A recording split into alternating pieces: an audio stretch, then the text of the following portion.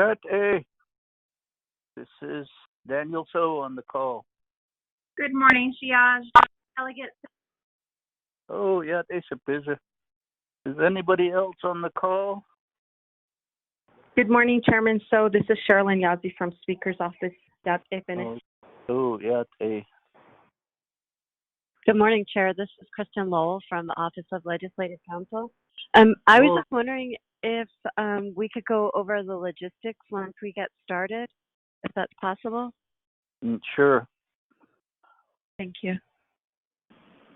So you'll be covering the HES committee throughout the week, or just today, Ms. Lowell? I think, Mr. Chair, I think I'm just doing the morning session. The LOC is also today, and so Ron Haven is covering LOC, and then I'm not sure who's going to cover the afternoon session, but I don't think it'll be me.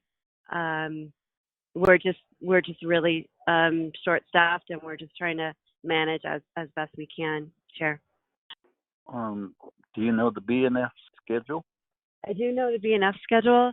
The BNF schedule for the oversight hearings is going to be Wednesday, and they're going to take a break Thursday, and then they're going to do Friday.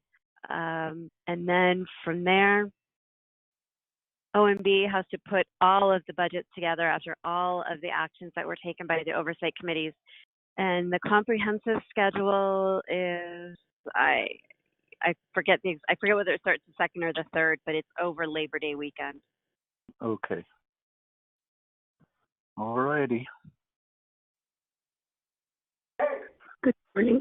Good morning, Kristen. I emailed you the budget. It's still going through for NNVA. Thank you so much. Thank you very much, Beverly. Thanks a lot. Mr. Chair, there's going to have to be a revision to their lineup because they just now sent their budget this morning, and I went by last year's NNVA lineup, and they just barely sent it this morning. So there's going to have to be a revision to the agenda, Mr. Chair. Okay. Thank you. Just. Delegate Halone's on the line now, sir. Okay, that makes 3 of us. Director Zwerline is also on the line. Good morning, James. Good morning, sir. Ms. Martinez, go through that again. Who shall we put in place of Veterans Administration? Mr. Chair, good morning again. I received the budgets this morning from Mr. Zerline, and I went according to what he sent in. So there was a revision to the NNVA agenda according to what he submitted budget-wise. So I have that ready.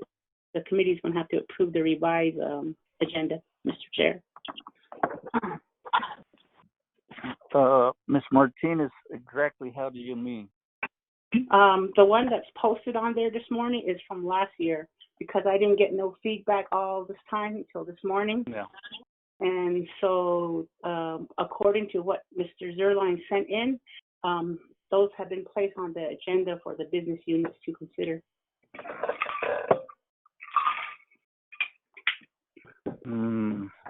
Mr. Chair, to more directly answer your question, the NNVA is using one business unit this year, and that's business unit 103015. The agency business unit and the Veterans Loan Program business unit are being omitted from the program. They're all being consolidated under the one central administration business unit.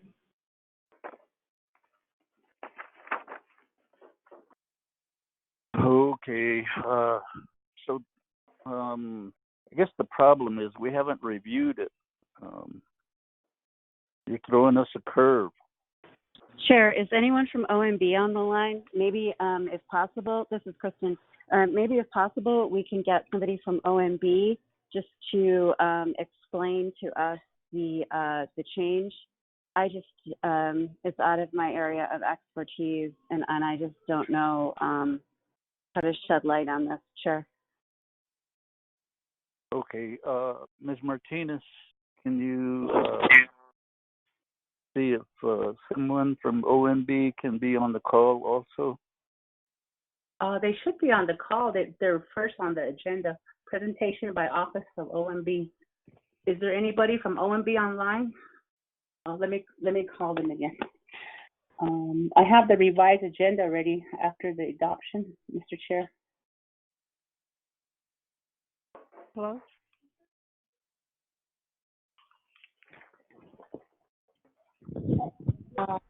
The most, the veterans binders are over in front with Tremaine. They were dropped off just a while ago. Leonard? Okay, I'll go again, pick them up.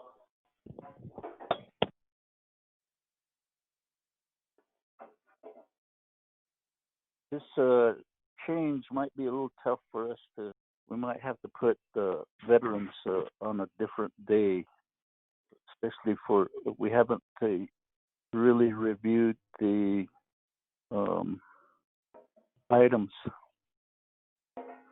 And basically, with one business unit, does that mean all assistant is going to come out of the main office again, rather than and kind of like disempowering the agency offices?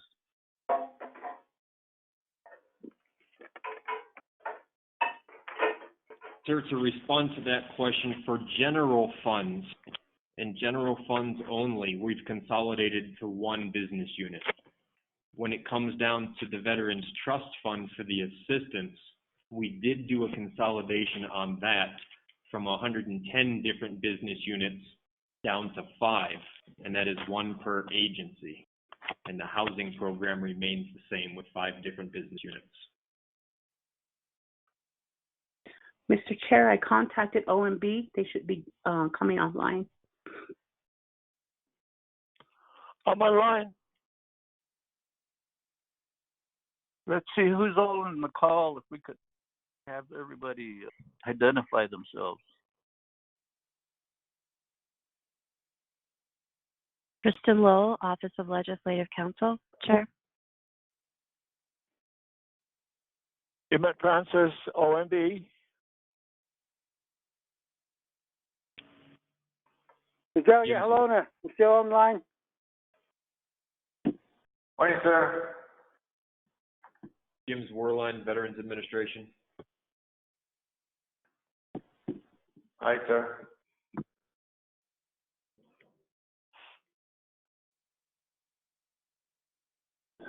Beverly Martinez.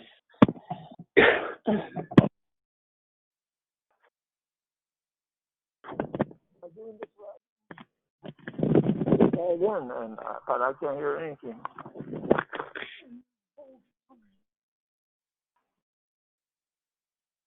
Hello, folks. This is Delegate Daniel. So we're just waiting for other members of the HES committee to get online, and then we'll get the business rolling.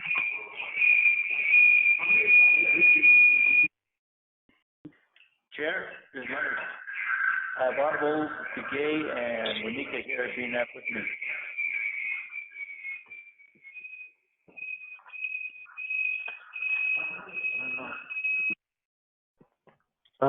Mr. Mose, I didn't catch what you said. It was kind of like a whistle. Okay, sir, I have Honorable Paul Begay Jr. and Honorable Edison Monica here in the BNF with me. Okay. The only thing I ever heard from is Vice Chair. I don't know if he's online. So far, we got 5 out of 6. Okay. In that case, I'd like to call this meeting of the Health, Education, Human Services Committee meeting to order. Mr. Mose, provide the roll call, please. All right, sir. Honorable Paul Begay Jr. Honorable Paul Begay, present. Honorable Carl Russell Slater. Honorable Carl Russell Slater. Honorable Pernell Helona. Helona's present. Honorable Charlene So. Present. Honorable Daniel E. So. Here. Honorable Edison J. Winika. Here. Chair, we have 5 members, constitute a quorum. Okay, thank you, committee members. This is going to be a little bit difficult, and we'll best proceed in that regard? Then going to have to rely heavily on Che Paul Begay and Cecilia Edison Wanika and the rest of the committee members regarding some of this documents that have been substituted at the last minute, and I haven't had a chance to review, but we may have to change the lineup.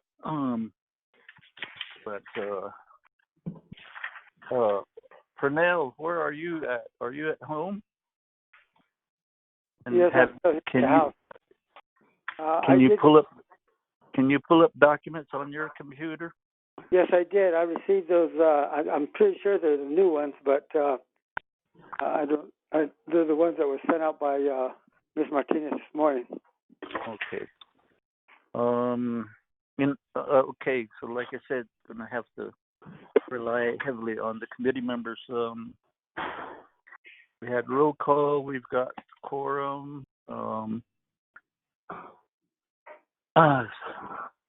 Cecilia Edison Wanika, could you provide us the invocation, please?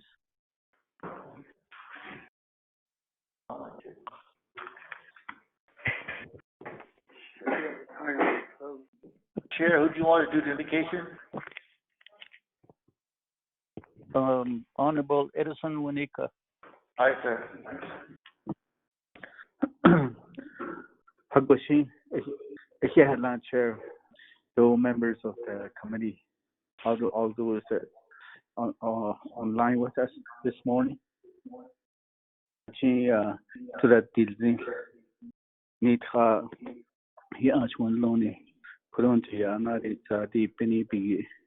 So, Chomba Hewinson, the one in Nikicho, Nico Hochitle, Nitando, because I don't know about when it's in the so the Ninache Day meter, the Daitzi to Conche, out of the last Conchian, as fast a out of the last one, but issue 2 million.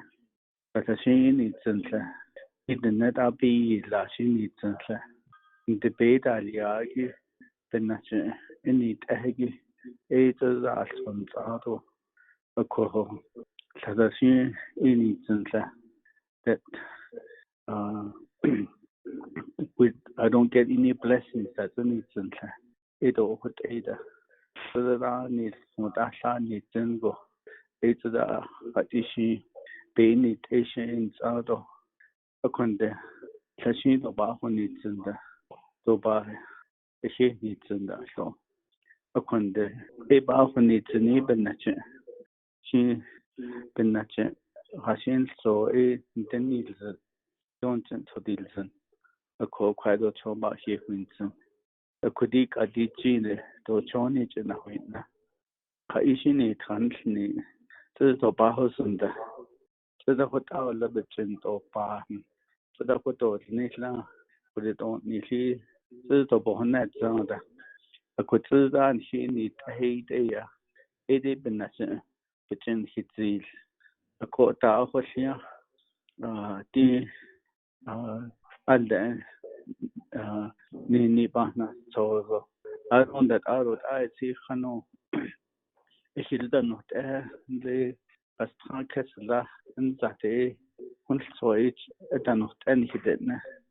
Cattle do get a hot either. A quaven now hasn't so a been not begay to heat ne. I could aid the little chong that will yarn that I would aid hasn't so a begay hit our seat knee. I would aid the hasn't so in the other artist for 9 needle. A quaig. The one no over nature. The became hit how it needed it's adult. As we are tell and I need $8. I could aid the benation, my fashion, so need a seed need. Fashion, so she none that one needs as she would $8 could on so the Nina need $8. A coke high panda ika. Arudi kabanya hai jageti based on ante the con the initial but has all Russian so basis to the Yorkshire. So that art of Shindy basis to the Yorkshire. Such a yard a hotel the bonnet and it or a penation company can't war. So he pays so good eyes of a show either. Or Washington to between the day.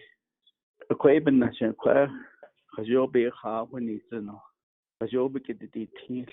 Don't the yard ever 80 peso get another did so. The nation yard ever been other unnistolish. Aruti aja larger than Lengi larger and has Tangi to the Hajo even nation, but the unnistolish. To the Hashin so are then hidden and Lengi to the large band Saha Keso. To the Ben Yepes on the desk and a good ego. At car nature is they need nation to the yard a Chinese Indolish. I don't feel one long or less car. I need to. I need to go. Need all this. I don't do that, Benasha. Because you, Nahachimba need aid or less. Naba need aid or less. I don't Benasha dinner. I need to be Benasha Bapa needs and all this. So you need aid. I don't. Kala show need Kala a yawn stand. Kala put aid or less. I don't need to. As you on kidnappers now without. As you ban sick, so Benasha Ecuador. Passion so I let any that on it. So that is our ear, Bapa needs to know by 8 eagle. Be Asha need the Benasha. The Benyan High is in there, but I never need eagle. A co, Baggy wins and yard quite a hack. I don't think I want that ear, Dean maybe the Fish based neighbor Nacha Econ, as I need a quay Baggy wins. A conde, Con, if it is these trial. Benasha, as how was in Sino, could all never taught the other Joquin Sankat, in the Shinda 108 dollars. Ado, Bashi wins in the Ashin so a holding Hatas, the Kokoyat, a Nature. At least our engine never and seek his a another with Adole. Ado, deal at the Iliago, a what the night he could have Kaido, though when the hot tongue of the indicated or ash. One soy crow so that be another city or less. Yet, be it outside the Jesus Christ. Amen.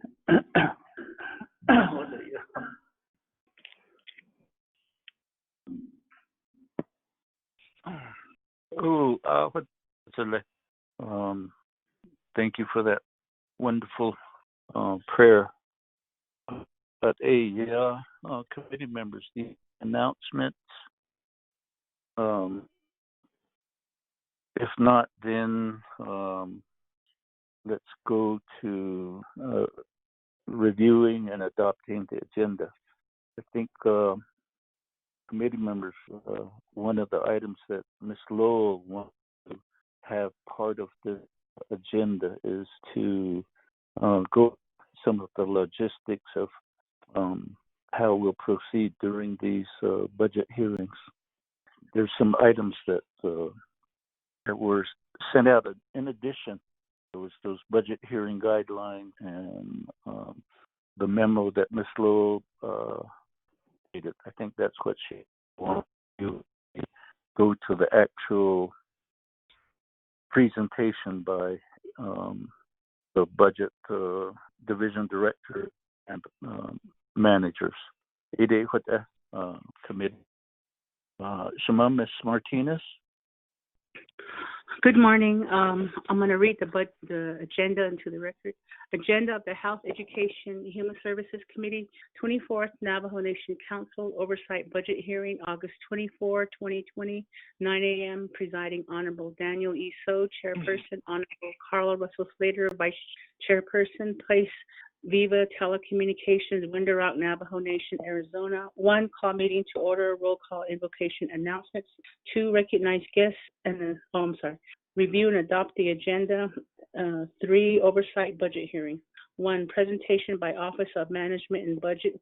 2, reviewing the Department of Navajo Nation Veterans Administration FY 2021 operating budget. General funds as follows. Navajo Nation General Funds, A, 103015 NNVA Central Office. B, Chinle Agency Business Unit 103016, Business Unit 103017 Eastern. D, Business Unit 103018 Fort Defiance Agency. E, Business Unit 103019 Shiprock Agency. F, Business Unit 103020 Western Agency. G, Unmet Needs. Navajo Nation Housing Program. A, Business Unit New Eastern Agency, 31 chapters. B, Business Unit New Fort Defiance Agency, 26 chapters. C, Business Unit New Chinle Agency, 16 chapters. D, Business Unit New Western Agency, 18 chapters. E, Business Unit New Shiprock Agency, 19 chapters. Navajo Nation Loan Program, BU 103002 Central Office. Navajo Nation Trust Funds, 110 chapters. A, Eastern Agency, 31 chapters. B, Fort Defiance Agency, 26 chapters. C, Chinle Agency, 16 chapters. D, Western Agency, 18 chapters. E, Shiprock Agency, 19 chapters. 5, close the meeting, announcements and adjournment. Mr. Chair, the agenda has been read into the record. However, it needs to be revised according to what was sent in budget-wise. Mr. Chair. Okay. Committee members, there you have the review of the agenda, and it's committee. Chair, this is Doug Halona. Honorable Halona, yes, sir. Yes, I want to make a motion to do the revision of the budget according to what Ms. Martinez just talked about. Okay. Motion by Honorable Halona, second by Honorable Wanika to do a revised agenda with Ms. Martinez. I guess to give background, was read into the record year's budget. But as I heard Ms. Martinez before we started, Veterans Administration submitted a new format where all those business units were named off in the reading of the agenda, revised and made into one, I think. And the agency budgets have also been, the 110 chapter units have been consolidated into 5 agency business units. So that's what Ms. Martinez presented here.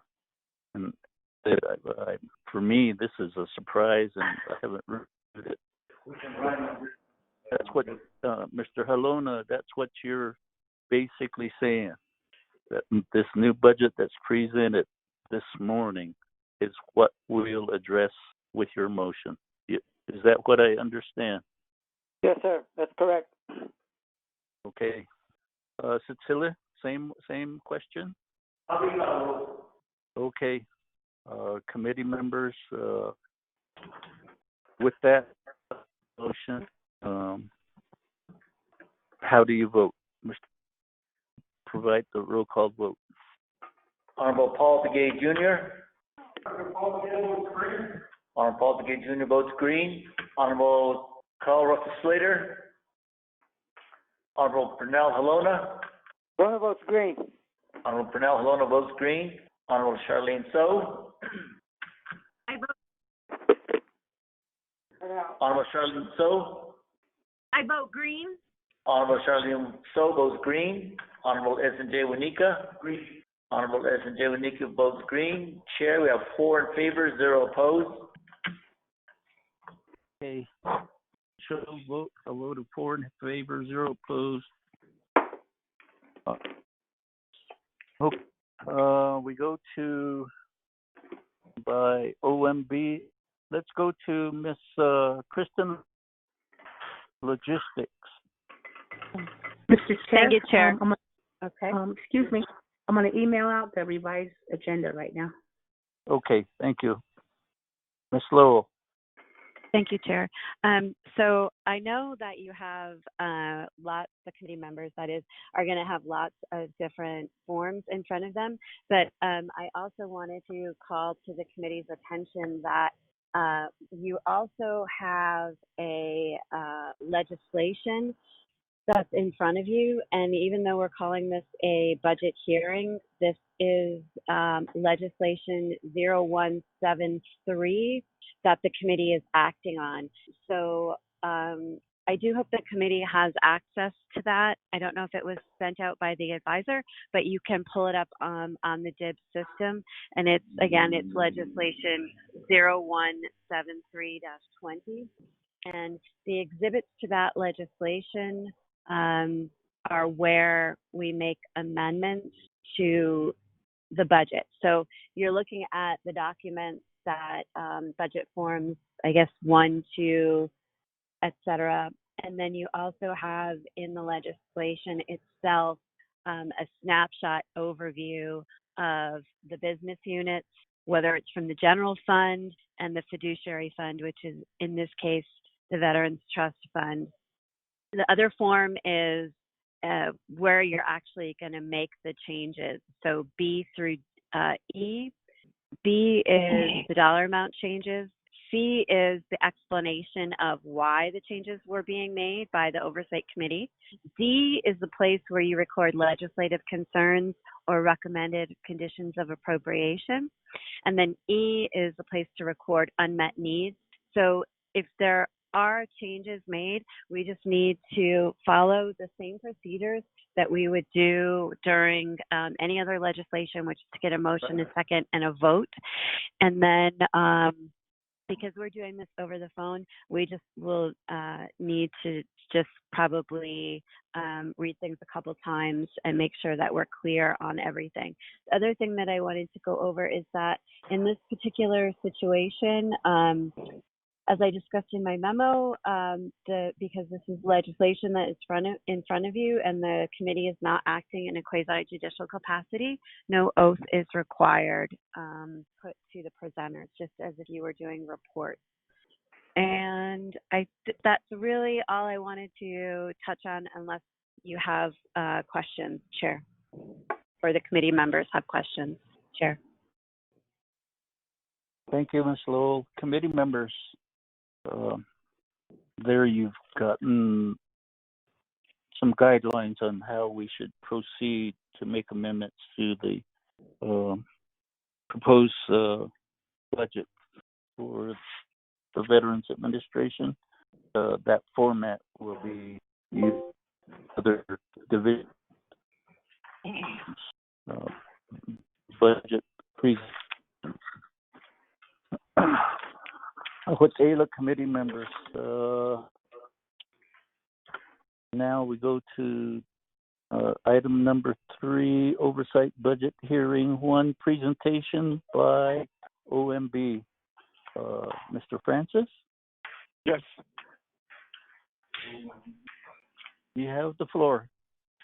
Okay, thank you very much, Mr. Chair and members of the Health, Education, and Human Services Committee. I'm over here at my office in the Navajo Nation Museum. We're temporarily housed here because Administration 1 building is being worked on, and we've been here since last fall.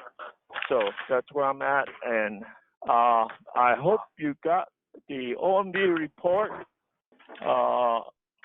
We've been working, trying to work on budgets and so on, that we are pretty much behind as far as getting these reports out. And I think I just sent a copy of the report to Ms. Martinez this morning, and I hope she'll be able to get copies to you. Anyway, I will go through the report. The title of the report is the Navajo Nation Health, Education, and Human Services Committee Fiscal Year 2021 Budget Hearings, Executive Office, which includes Navajo Nation Veterans Program. This report is done by ONB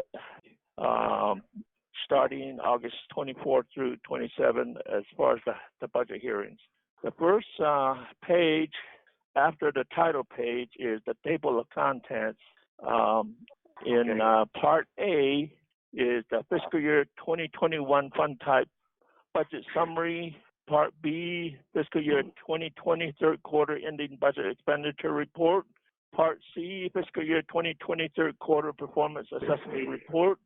Part D, fiscal year 2020 third quarter plans of operation status report. And the last one, Part E, fiscal year 2020 third quarter conditions appropriation summary report. And I will go to Part A now, which is the fiscal year 2021 fund type summary, budget summary. And this next page lists all the budgets that are submitted by the Navajo Nation Veterans Administration, and it lists the general fund budgets, which is business unit number 103015, Navajo Nation Veterans Administration Central Office, business unit number 103016, Veterans Administration Chinle Agency, business unit 103017, Veterans Administration at Crown Point, business unit number 103018, Veterans Administration at Port Defiance, 103019, Veteran Administration at Shiprock, and 103020, Veteran Administration at Tuba City. In fiscal year 20, starting with Chinle, they got 530,000. Chinle got 230,000, Crown Point 185,000, Fort Defiance 220,000, Shiprock 198,000, Tuba City 185,000 for a total of $1,548 for FY20. Going to the next column, which is the FY 2021 budget. And as far as budgets, there's only one budget that came in. Actually, there were two, but the only acceptable budget was the $1,548,000 for Navajo Nation Veterans Administration Central Office only. There are no budget for the agency offices for a total of $1,548,000. And the last column on the right gives the same numbers. There are no other funds involved at this point. We're just looking at the general funds. The next set of charts lists the fiduciary funds. This is the funds that are given to each chapter on the Navajo Reservation. However, again, for fiscal year 21, only the agency will be getting these funds. In the column over to the left, 703, it would be XXX, Veterans Affairs Chinle Agency. In fiscal year 20, they got $769,727. And for fiscal year 21, they would be getting $436,871. Again, this includes all of the fiduciary funds that go to the chapters. Business unit 703, again, XXX, because we don't have a business number assigned. The agency at Crown Point, $923,483 in FY20, $793,105 for FY21. Fort Defiance Agency, $933,045 for 20, $1,407,922 for 21. 703XXX, Veterans Affairs Shiprock, $833,721 for 20, $767,927 for FY21. The next one, 703XXX Veteran Affairs at Tuba City, $820,552,000 in FY20, $808,075 in FY21. In FY20, the total was $4,280,528. In FY21, the total is $4,213,900, and that's the same totals at the far right. The next one is the Veteran Housing Program, and these are by agency, business unit number NO1373, the Veteran Affairs Office at Eastern. Yes. Okay, go on right. Okay, continue. Sir, what page are you on, Mr. Francis? Yes. What page are you on? Leonard, The very first part is called the FY21 Fund Type Summary. Yes. At the bottom of the page there, where it says Veteran Housing, number 12. Page 4. All right, sir, we got it. Thank you. Sorry for interrupting. Okay, business unit number NO1373 Eastern in fiscal year 2020, $779,484. Fiscal year 21, that would be $637,612 for NO1374 Veterans Affairs in Fort Defiance, $779,484 in FY20. $637,612 in FY21. The rest of the agencies, Chinle, Western, and Shiprock, they're all the same for FY20, which is $779,484, and then for FY21 is $637,612. In both, in FY20 it would be $3,897,420. In FY21, the total would be $3,188,060. And overall, for the whole Veterans Office, including general funds, fiduciary funds, veteran housing, the total for FY20, $9,725,948. And for general funds only for FY21, $1,548,000. And then in the fiduciary funds for FY21, $7,401,960. The grand total for all of each funds for Navajo veterans is $8,949,960. That completes the report on the fund type summary. The next section is the third quarter ending budget expenditure report. The first part gives you information on the general funds, and these numbers come right off of the financial management information system. So sometimes it's hard for anybody that doesn't know the reports off the FMIS, it's hard to read, but I'm just going to kind of brief you on how to read these reports. On the very top where it says budget status report, this is as of June 30th, 2020. And this report was run on the 22nd of August at 11:20 a.m. And it was run by myself. The next piece of information is it's a general fund. It's for Navajo Nation Veterans Administration. It shows the revenues that are for FY20, $1,683,245. It shows it in the negative because you have to balance out all the budgets that are funded against that revenue. That's why it's a minus. And when you include all the budget items, it should also equal $1,683,245.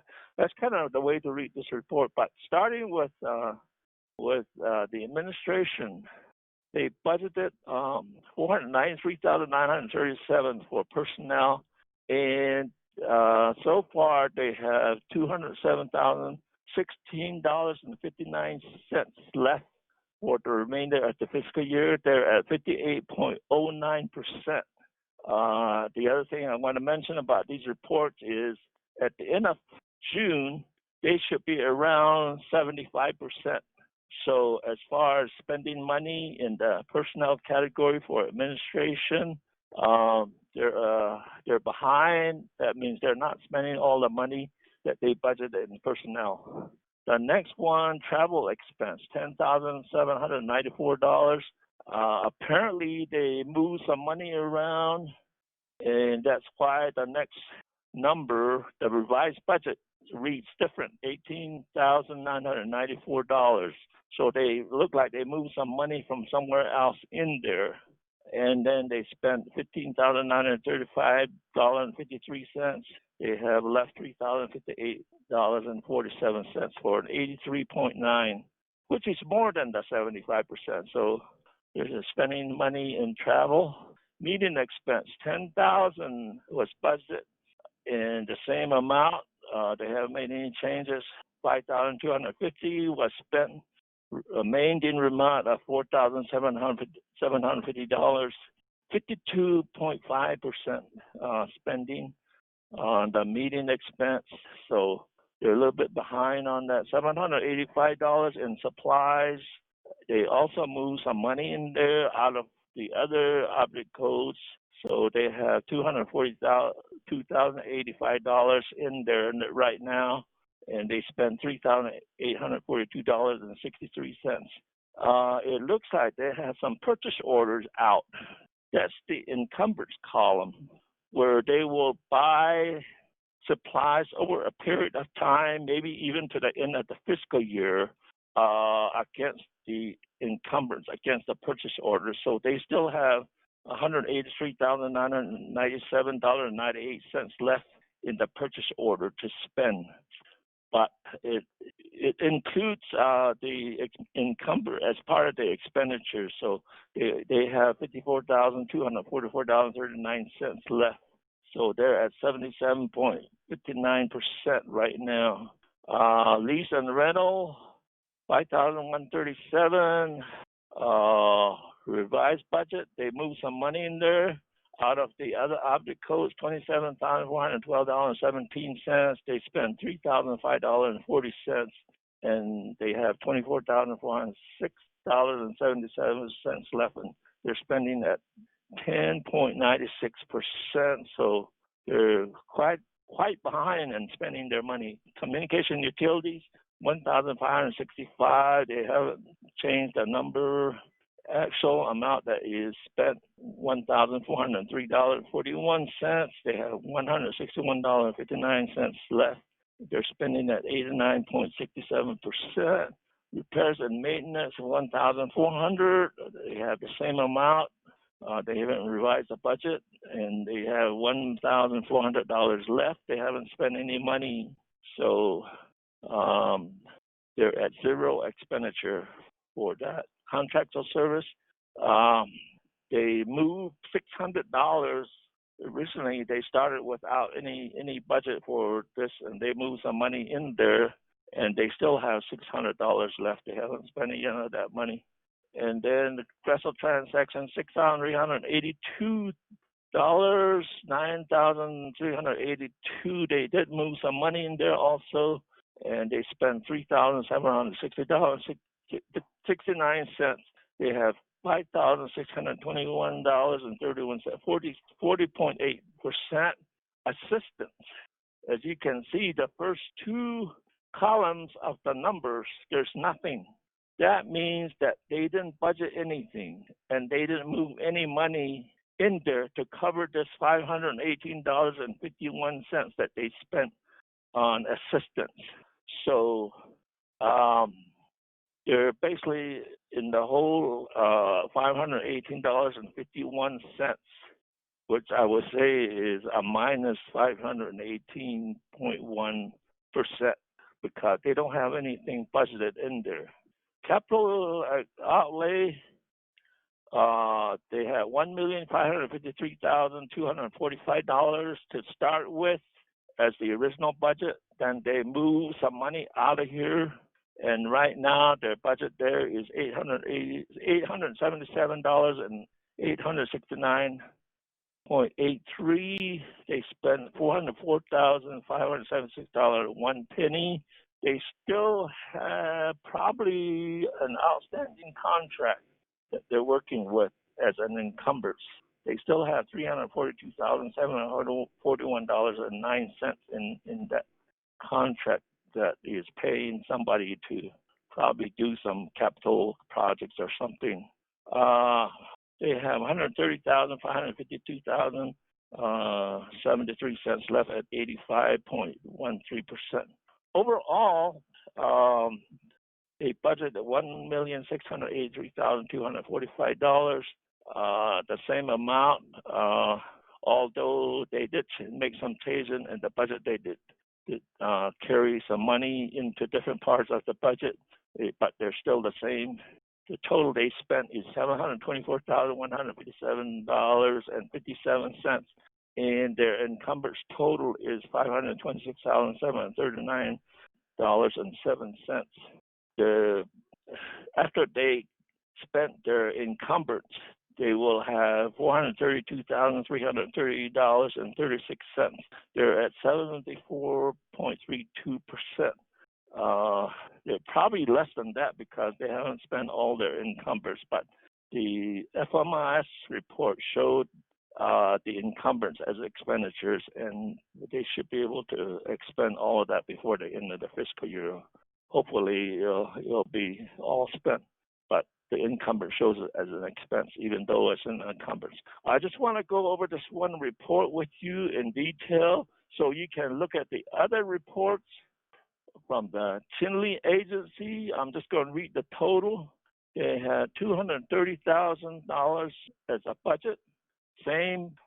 They have not added anything. Still the same. They might have made some changes within the object code, but I don't see anything. It's still the same.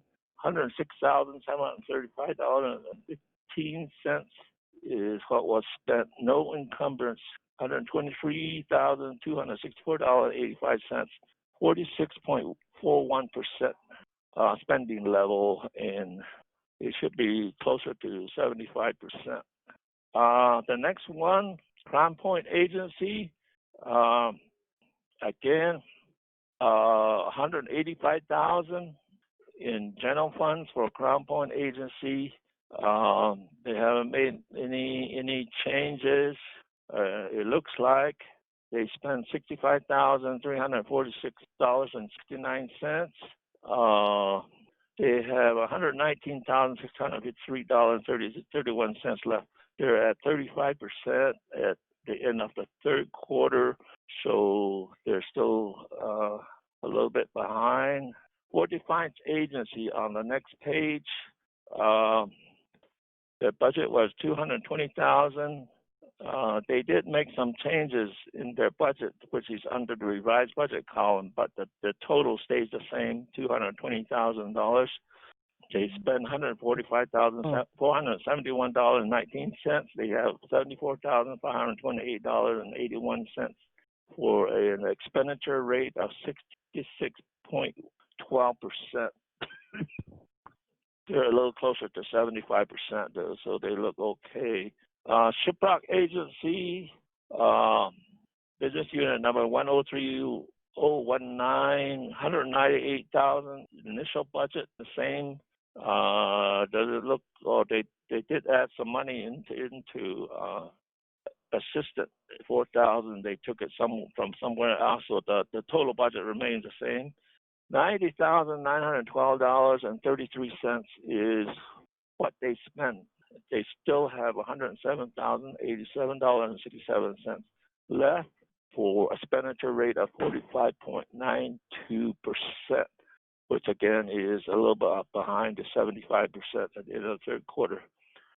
The Western Agency, which is the last general funded agency, $185,000 is their initial budget. The same. It looks like they haven't made any changes on their budget. The expenditure rate is $104,415, and they have an encumbrance in special transaction. I don't know what that is. It could be a contract. It could be a purchase order. I'm not sure. $5,595.11 is the encumbrance. So they have $74,989.89 left for an expenditure rate of 59.46%. So that takes care of the general fund at the agency level. And the next page is the Veterans Loan Fund. And this loan is what they call a proprietary fund that's been set up for $15,000 total. And they haven't made any changes to the budget. It's still $15,000. They have spent $2,596.89. They have $12,403.11, and they're spending at 17.31%. That's pretty much summarizes the Veterans Loan Program for fiscal year 20. Going on to the next set of documents. This is the Navajo Nation Chapters Veterans Trust Fund Budget Status Report, again at the end of the third quarter, which is June 30, 2020. And it lists all the different chapters, 110 chapters, starting with Alamo Business Unit number 103014. And I think by now you're kind of learning how to read these reports. So I'm not going to go through any of these reports since you kind of heard me talk a little bit about the reports, but mainly they fund meeting expenses, special transactions, sometimes supplies, and so on. So the only thing I can really say about this is quite a few chapters are below the 75%, and quite a few chapters are above the 75%. And you can kind of look at that yourself. At the very last column, it shows the percent of spending for each chapter. And like I said, I'm not going to go through each chapter. It's going to take probably about a week to go through and read this whole thing. At the very end of the list of the chapters, 703124 business unit number, there is a grand total for all the chapters, Veteran Trust Fund budgets. And I just want to read that grand total. And the chapters in fiscal year 20 were funded at $4,857,500. The budget remains the same. They didn't add any money or anything, so $4,857,500. The spending for all the 110 chapters, $3,772,848.90. There are encumbrances by some chapters, $16,669.59. So there are some chapters that probably have purchase orders or something like that are still there to spend money against. And that's basically what the encumbrance does is you spend money against that encumbrance amount throughout the fiscal year. And hopefully at the end of the fiscal year, you're all done spending and so on. Anyway, they have $1,117,981. $1,117,981.51.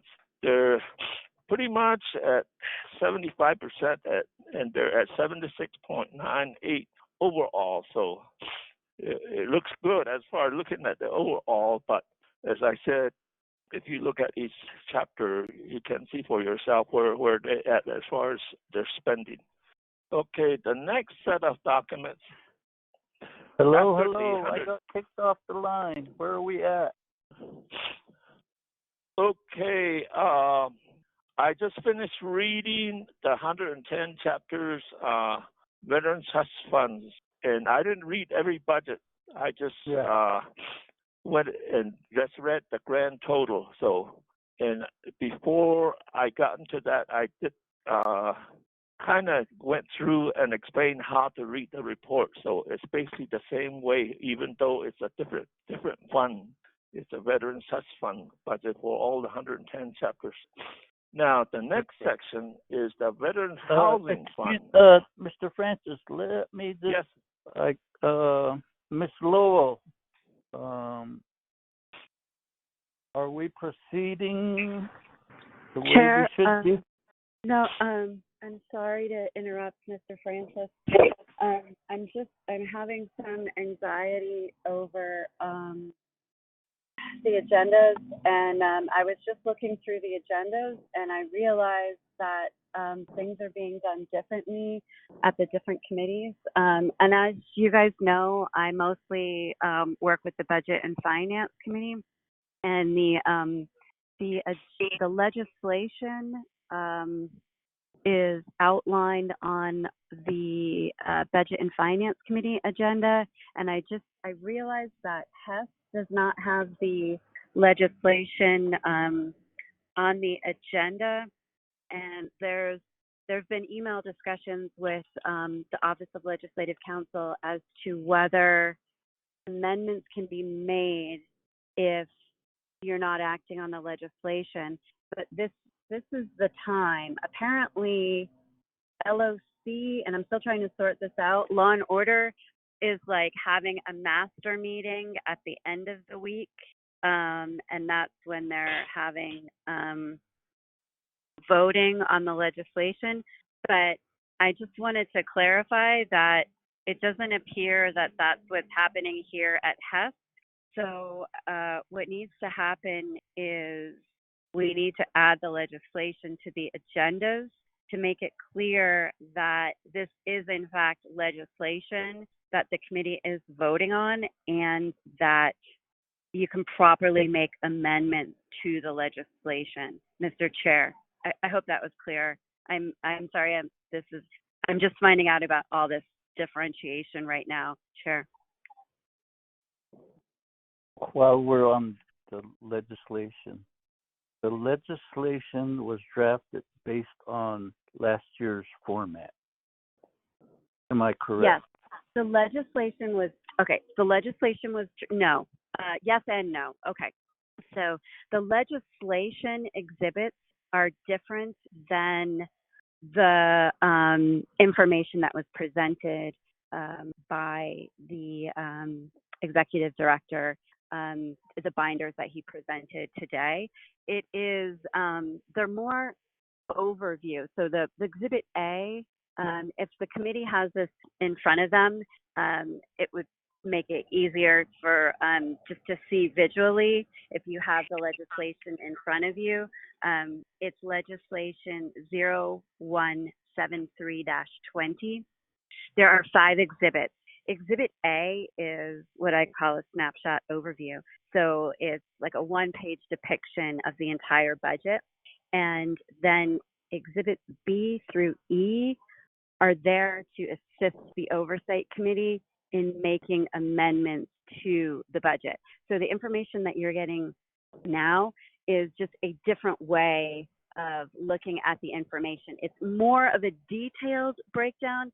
The information in the Oversight budget, Exhibit A, is just really very high-level summary. And then Exhibits B through E are where you record and reflect the changes that have been made. So in the memo that I wrote, I was basically saying that the committee needs to maintain a quorum, and that you need to you're treating this as you would any other legislation that comes in front of you, which is why you are not acting in your quasi-judicial capacity. You're acting in your capacity as a legislator, which means you have a legislation in front of you, which also was one of the reasons why I insisted that the 5-day comment period be over, because you actually need to be out of the comment period before you can act on the legislation. So this is your time to make amendments to the Veterans legislation. So our exhibit doesn't reflect that. Not exhibit, I'm sorry. Lost the word. Agenda doesn't reflect that.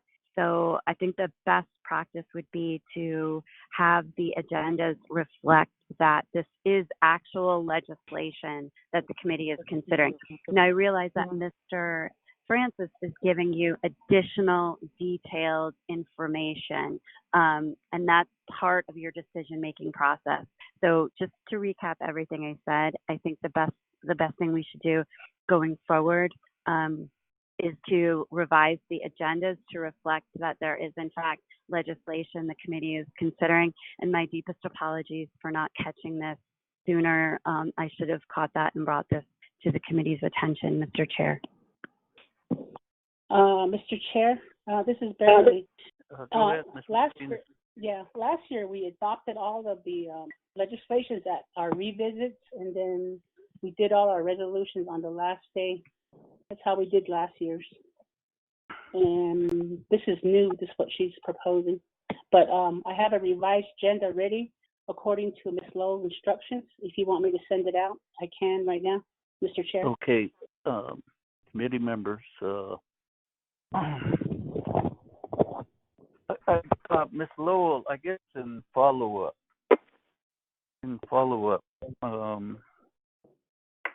we had in the current budget, each of the chapters, veterans funds have business unit numbers, and they have a balance. By converting all those 110 business units into just 5 business unit numbers, what happens to those dollar amounts in those business units that are now existing? And I guess that would also go to Mr. Francis.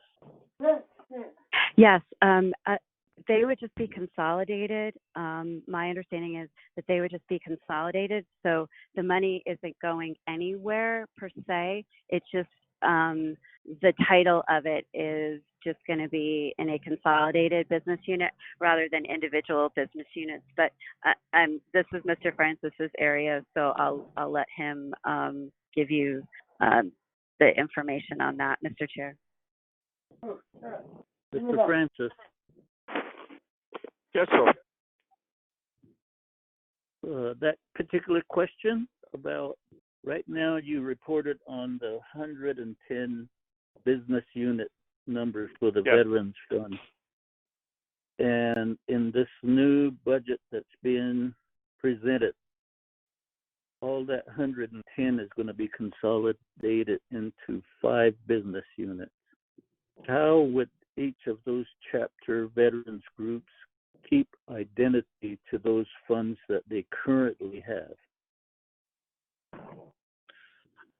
The way the budget was submitted, it was consolidated into the Veterans Central Office in Window Rock.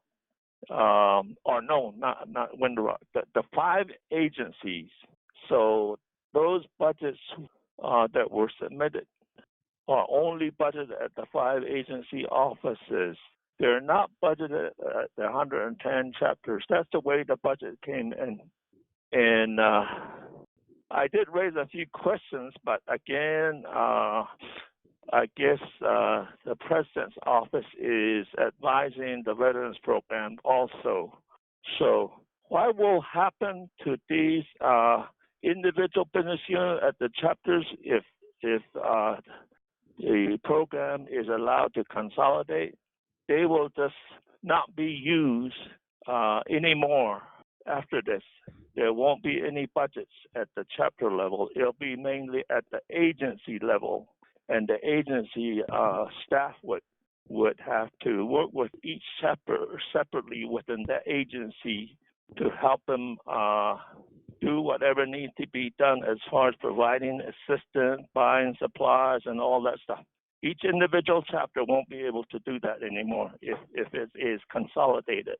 So the main question is what happens to the business units they will not be used anymore. There will only be 5 business units instead of 110 business units. That's what's going to happen if you go ahead and approve the consolidated business units for all the chapters. Okay, thank you. Committee members, what are your wishes? Do you want to address have the legislation be part of the current agenda, or do you want to address it on Thursday afternoon? As I see it right now, if we just proceed, we can't make amendments to the budget. But if No, we... Mr. Chair. Yes? This is Kristen. No, the legislation, you can do revisits. I don't know what day you have revisit scheduled for, but I checked the revisit agenda, and the legislation is not listed on the revisit agenda, and it needs to be clear that you are in fact acting on legislation, which means the legislation number and title needs to be listed. And so if you want to make, if the committee, okay, here's the thing. So the committee is hearing the veterans legislation right now. So if you want to make changes to the legislation, or I should say to the budget, then you need to have a legislation in front of you while you're doing that. So I don't know how else to say it, but you can't make amendments to something that's not in front of you. Shoot. You stay here. I gotta go. Can't wait to meet you. Okay. Oh shit! I forgot my coffee. Helena, you spilled your coffee? Mr. Chair, I revised the budget agenda again the second time, and I included the legislation in the agenda for Navajo veterans. You want me to email it out, sir? You mean for today? Yeah, I just now fixed it. After Okay, OMB, the legislation will be read into record, and you can make amendments according to Ms. Lowell's instructions. Okay.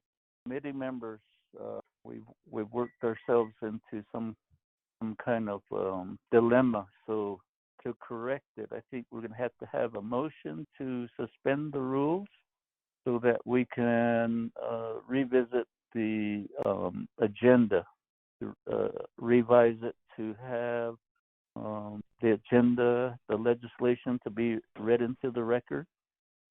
And then from there, then we can basically let Mr.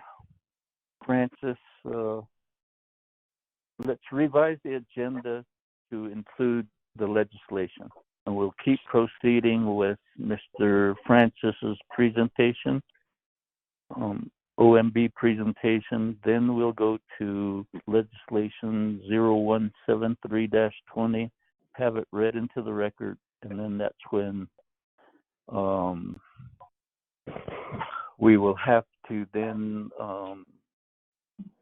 give Mr. Shoreline 10 minutes, and then from there the committee can do question and answer, and then possible amendments to the legislation and the budget. With AILA committee members. Chairman, motion to revise legislation as tracking number 0173-20 read into the record. Okay. Who's second? Honorable Paul Begay. Okay. Committee members, it'll be a motion to suspend the rules so that we can, because we had already adopted the agenda. So we'll suspend the rules and then add 0173. And then we'll continue with Mr. Francis's presentation. When he's done, then we'll address the legislation with AILA committee members. Mr. Mose, roll call. All right, sir. Honorable Paul Begay Jr. Honorable Paul Begay Jr. votes green. Honorable Carl Russell Slater. Honorable Pernell Halona. Well, votes green. Honorable Pernell Halona votes green. Honorable Charlene So. I vote green. Honorable Charlene So votes green. Honorable Edison J. Wanika. Honorable Edison J. Wanika votes green. Chair, we have a vote of 4 in favor, 0 opposed. Thank you, committee members. Mr. Chair, excuse me. Yo. Does this include all the other agendas to revise them? Or just veterans? Nope. Right now, let's just, the one for tomorrow, we'll revise it as we visit each day. Why don't, it would be much cleaner if he publishes them now, Mr. Chair, rather than having to amend them at the committee level. But I'll let you decide how you want to do that. Okay, let's see. If you would prefer to do it at the committee, then that's your discretion. So the way we're set up, well, the thing is the agenda that we adopted was just for today. And what we're revising is just for today. Then, correct. And then tomorrow, then even though they're published, those agendas for each of the other days, we're going to have to amend it each day because they already went out for the 5-day comment. That's No, how the I agendas. see it. Go ahead. Mr. Chair, the agendas don't have a 5-day comment period. The legislation has a 5-day comment period. Yeah. So the legislation has a 24-hour notice requirement. So the one for today, you have an afternoon. Maybe that would be best to revise at the committee. Maybe the other ones can be reposted on the website, Mr. Chair. Okay. Miss Martinez. Yes, sir. Back to you. What's your advice? I can revise all of them and then insert the legislation into all of them and then resend it out again. So it's just adding in the legislation Okay. into the agenda, Mr. Chair. It's different from last year. That's all. Last year we adopted it at the end on revisits. Yeah. Well, the legislation, I mean, I don't know how much clearer I can make it, but the committee is acting on legislation and that has to be reflected in the agenda, Mr. Chair. Yes, I understand. And that with this motion, that's what we're doing. But what I'm saying is for tomorrow's agenda, Wednesday and Thursday's agenda, it seems like we would adopt a daily agenda with the legislation included. Yeah, that I'm just. How do you want to handle it? Do you want to do it amending it each day, or do you want to repost the agenda? Okay, the budget hearings don't have to have 5-day comment period. It's just reposting, right? Correct. Okay, because the others have already, the legislation has already had the 5-day comment period.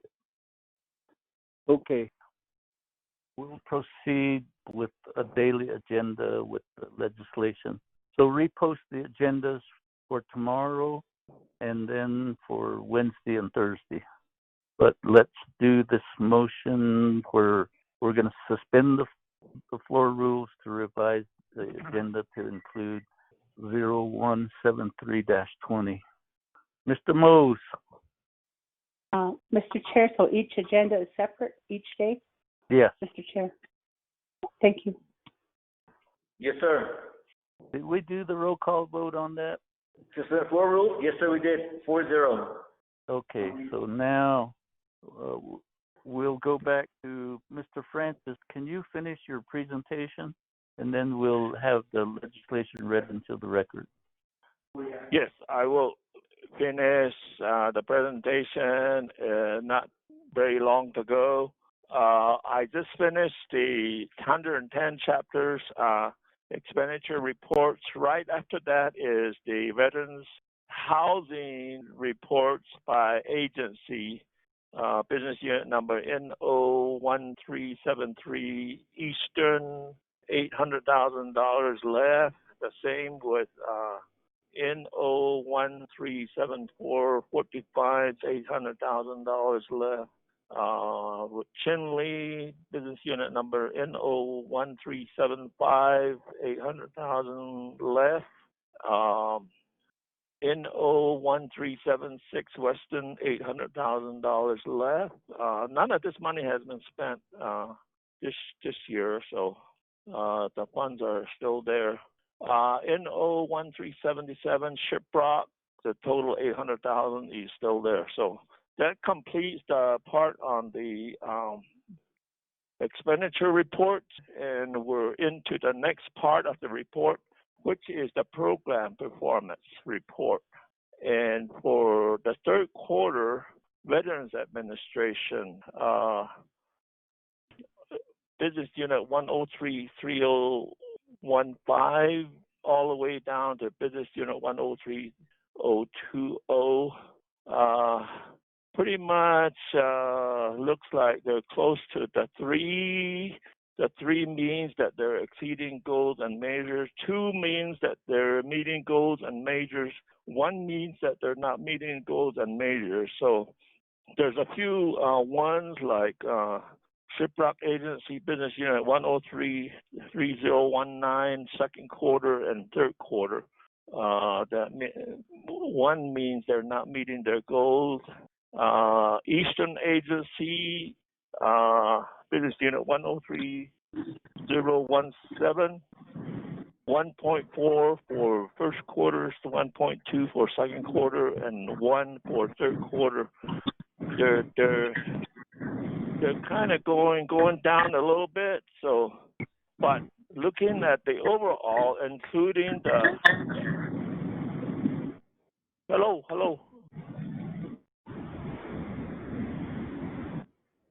We can still hear you.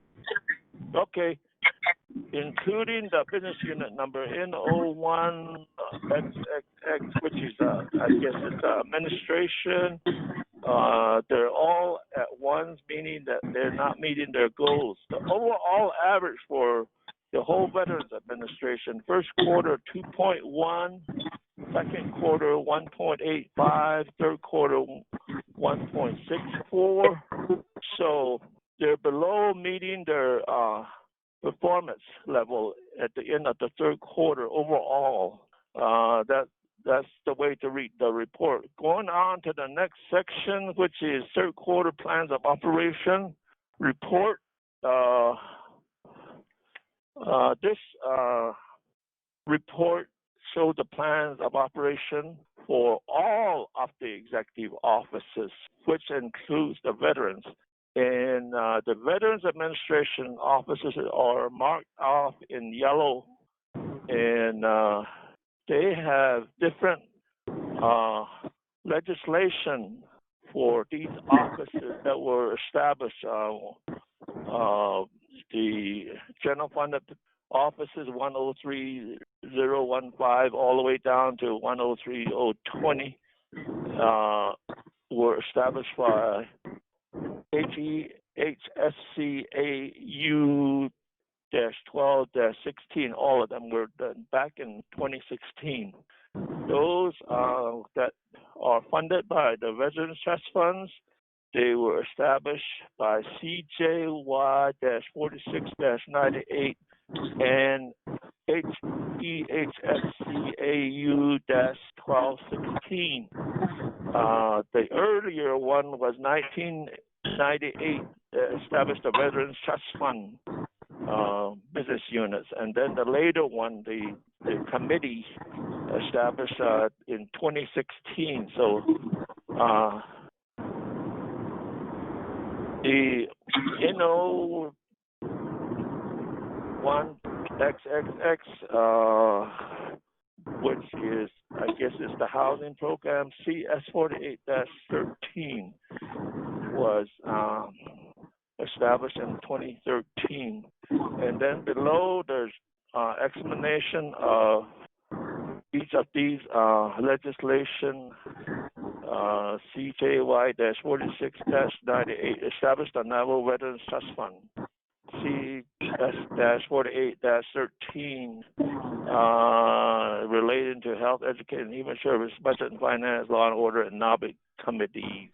Amending the Navajo Veterans Trust Fund 12 NCC Section 1171 to provide for equal distribution of the annual comprehensive budget amount between the Navajo Nation Veterans Trust and the Department of Veteran Affairs to construct up to 15 homes and to provide minor renovations and repairs for Navajo veterans, each of the five Navajo agency and accounts for NO 1296 to NO 1300 with the Veterans Housing Program.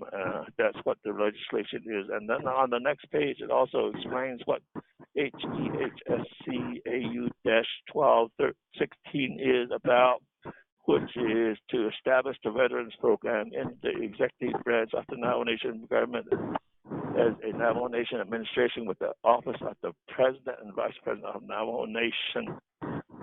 So those are the plans of operation for the Veterans Program. Going on to the next section, third quarter condition appropriation summary report. There is only one report, legislative concern number 4. Veterans Program is not meeting in performance goals. The program there shall meet at the end of each quarter with Health, Education, and Human Service Committee to discuss its performance scores. And in the third quarter, there was no response from Veterans Administration on this legislative concern. And that completes my report, Mr. Chair. Thank you very much.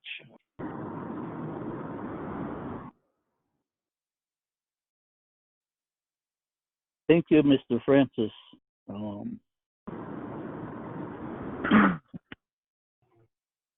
Committee members, your thoughts on Mr. Francis's report?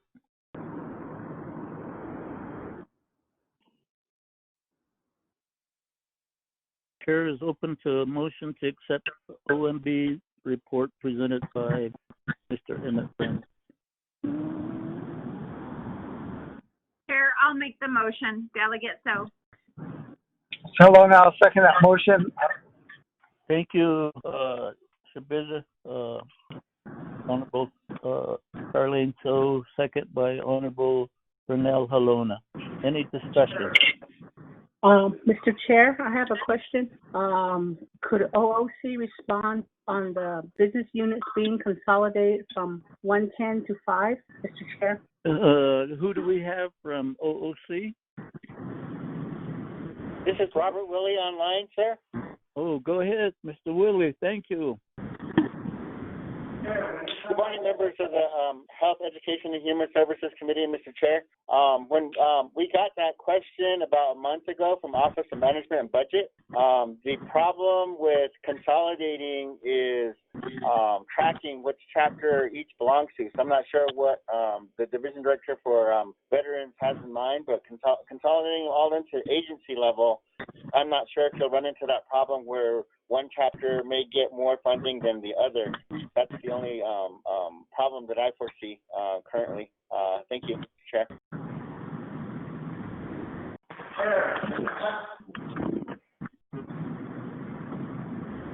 Thank you, Mr. Willie. Chair, Winika? Go ahead. Yeah, Chair. Are we going to have the legislature ready to correct? Yeah, after we have a motion and a second to adopt OMB's report, and then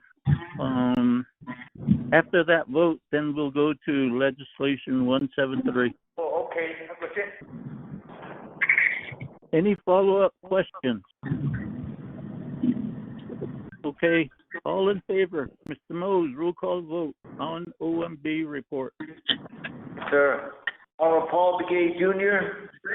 Honorable Paul Brigade Jr. votes green. Honorable Carl Russell Slater. Honorable Pernell Halona.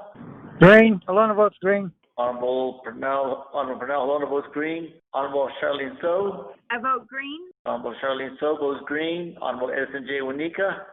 Honorable Edison J. Wanika votes green. Chair, a vote of 4 in favor, 0 opposed. Thank you, committee members. A vote of 4 in favor, 0 opposed, chair not voting. We've accepted OMB's report with comment from questions to OOC. We'll go on to new item, legislation 0173-20. Ms. Martinez, can you read it into the record?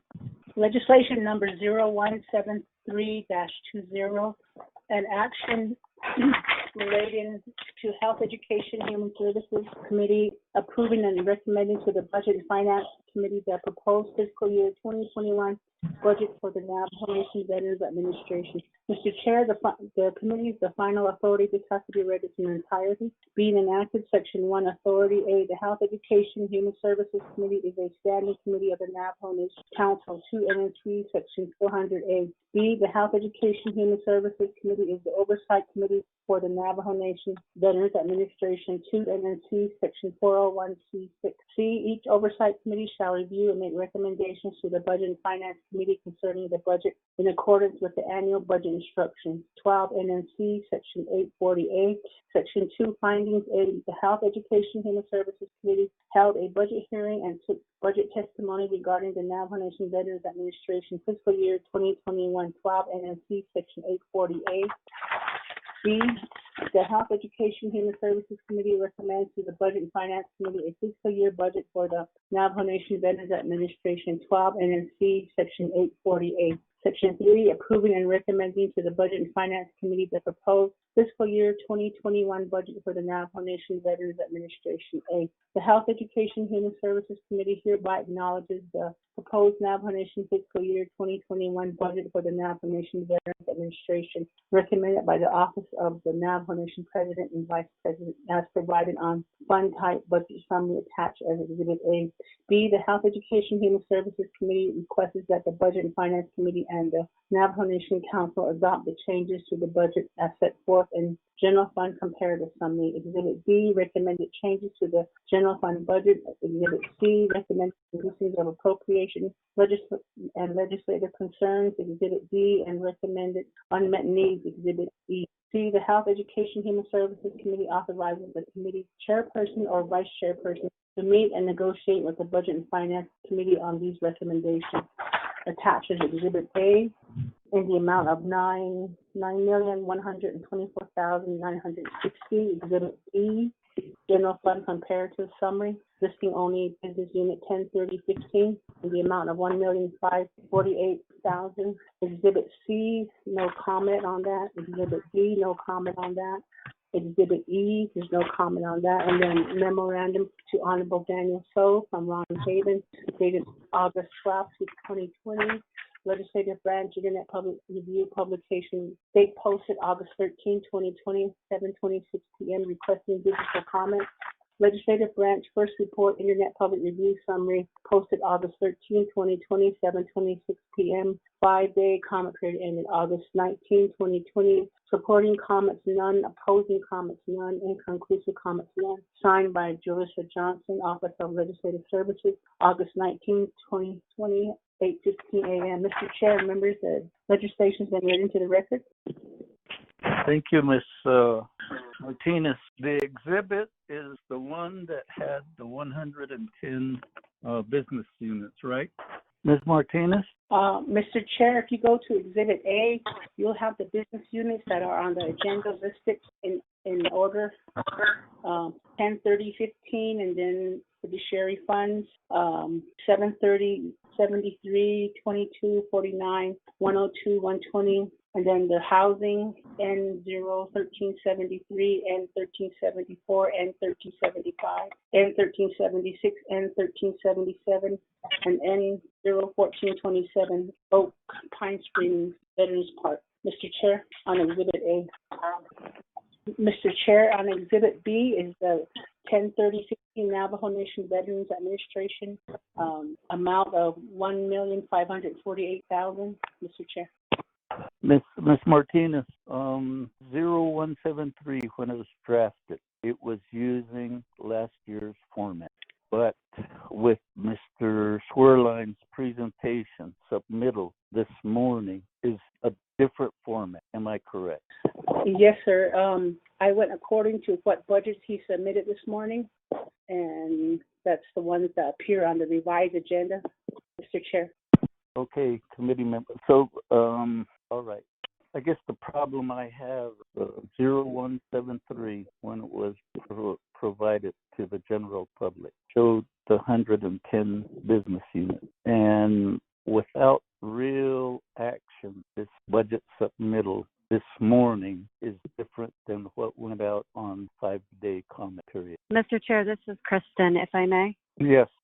Because this is reflecting an overview, I'm not sure that it's broken down individually. I would like if Mr. Francis could comment on if we need to make an amendment to Exhibit A of the legislation, Mr. Chair.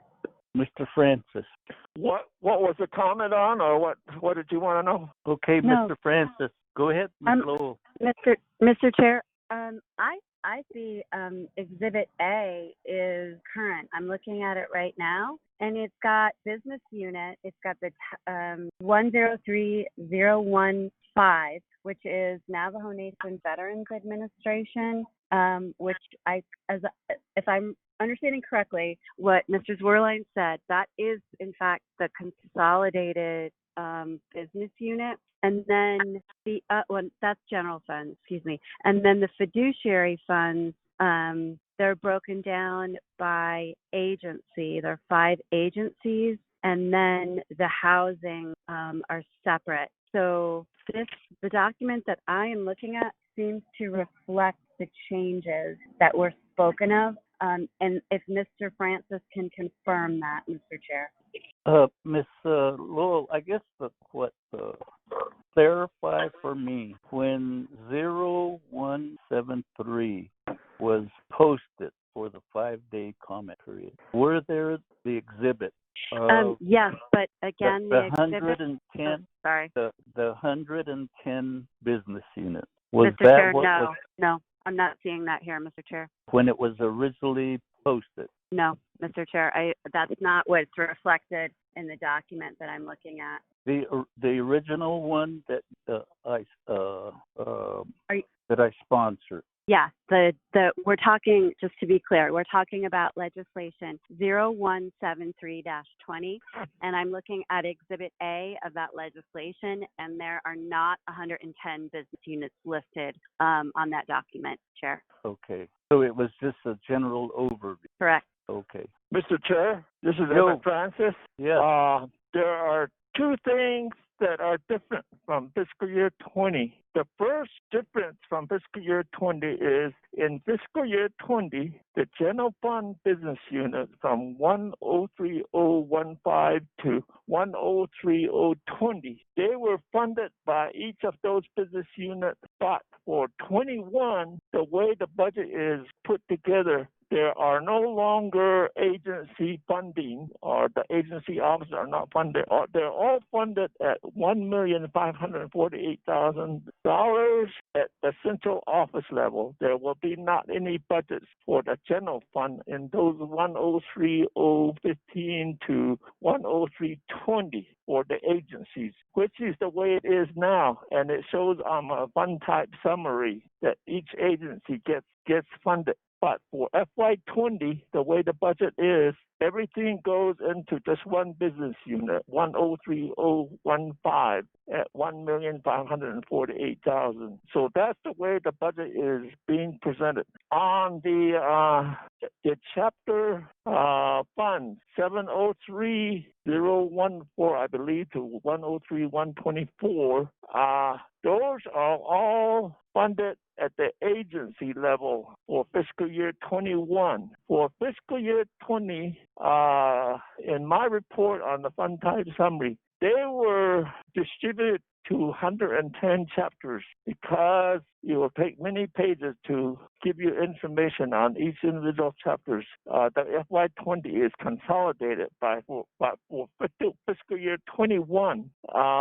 They are consolidated at the agency level. They are no longer going to be funded at the 110 chapters the way the budget was submitted. So those are the only two differences that I want to make sure you understand. The general fund portion where it only funds the central office, not all 5 agencies, and the 110 chapters, they will only be funded at the agency level and not at the 110 chapters. That's where the difference is between fiscal year 20 and 21. Okay, I guess the procedural item, this 0173, am I going to have, or is the committee going to have to make an amendment to substitute the consolidated 0103,015 at $1,548,000. Zero funds for agencies,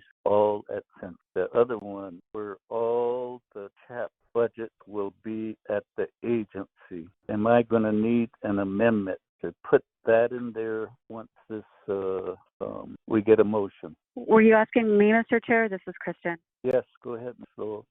No, what I'm looking at, Exhibit A, and I just sent it out to the committee members, is consistent with what Mr. Francis has stated. I don't know if Mr. Francis has access to 0173, but it's got the business unit for the Veterans Agency. It's got the business units for the 5 agencies, and then separate the housing assistance, and then the overall business unit for Navajo Nation Veterans Administration. And actually, one caveat is there is a business unit for Oak Pine Springs Veterans Park, and that is for $175,000.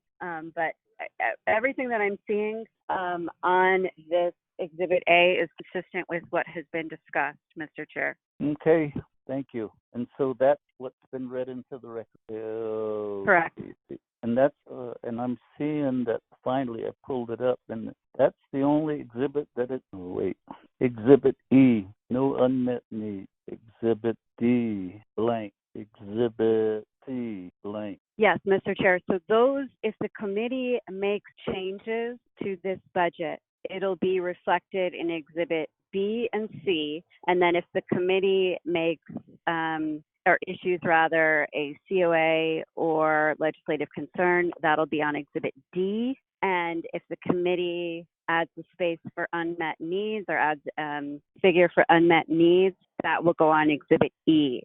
So those exhibits B through E, changes are made to the budget that'll be reflected in those exhibits. That's why I have been stressing that you need to know what you have in front of you, because this is in fact the legislation, Mr. Chair. Okay. And Ms. Lowell, the other OMB's report, Mr. Francis' report, does it need to be incorporated into this legislation regarding? No, Mr. Chair. No? My apologies.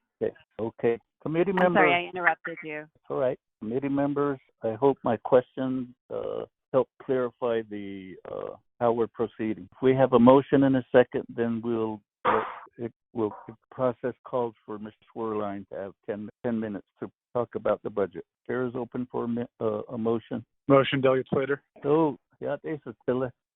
We have a second. Chair, I'll second. Okay, Bishop, Honorable Charlene, so second. Okay, Mr. Swerline, you got 10 minutes. Thank you, Mr. Chair, honorable delegates. So the Veterans Administration for FY21 has been given an initial appropriation of $1,548,000. When you take a look at our budget form 4, you will see that 32 of our 33 positions are calculated to be able to be funded for 12 months with that budget amount. The executive director position will not be funded for the full fiscal year. The fringe benefits amount combined with the salary, that equals the total sum of the $1,548,000 being allocated for the Veterans Administration for this fiscal year. With that breakout, we have no operating funds to be able to operate the administration for the entire fiscal year. This financial discrepancy, this difference, is because the Veterans Administration is increasing the amount of personnel to be able to better serve our veterans. We acknowledge that our program reports are indicating very low marks, and this is due to more accurate reporting of the actual services that the agency offices are providing to our veteran population. And those marks are reflecting the fact that the staff is overwhelmed and not able to provide the services that have been outlined in the previous fiscal year budget requirements. When we take a look at the budget form 3, we can see that the DPM has calculated all of our positions that we expect to be filling during this fiscal year, and our totals equal the $1,074,575.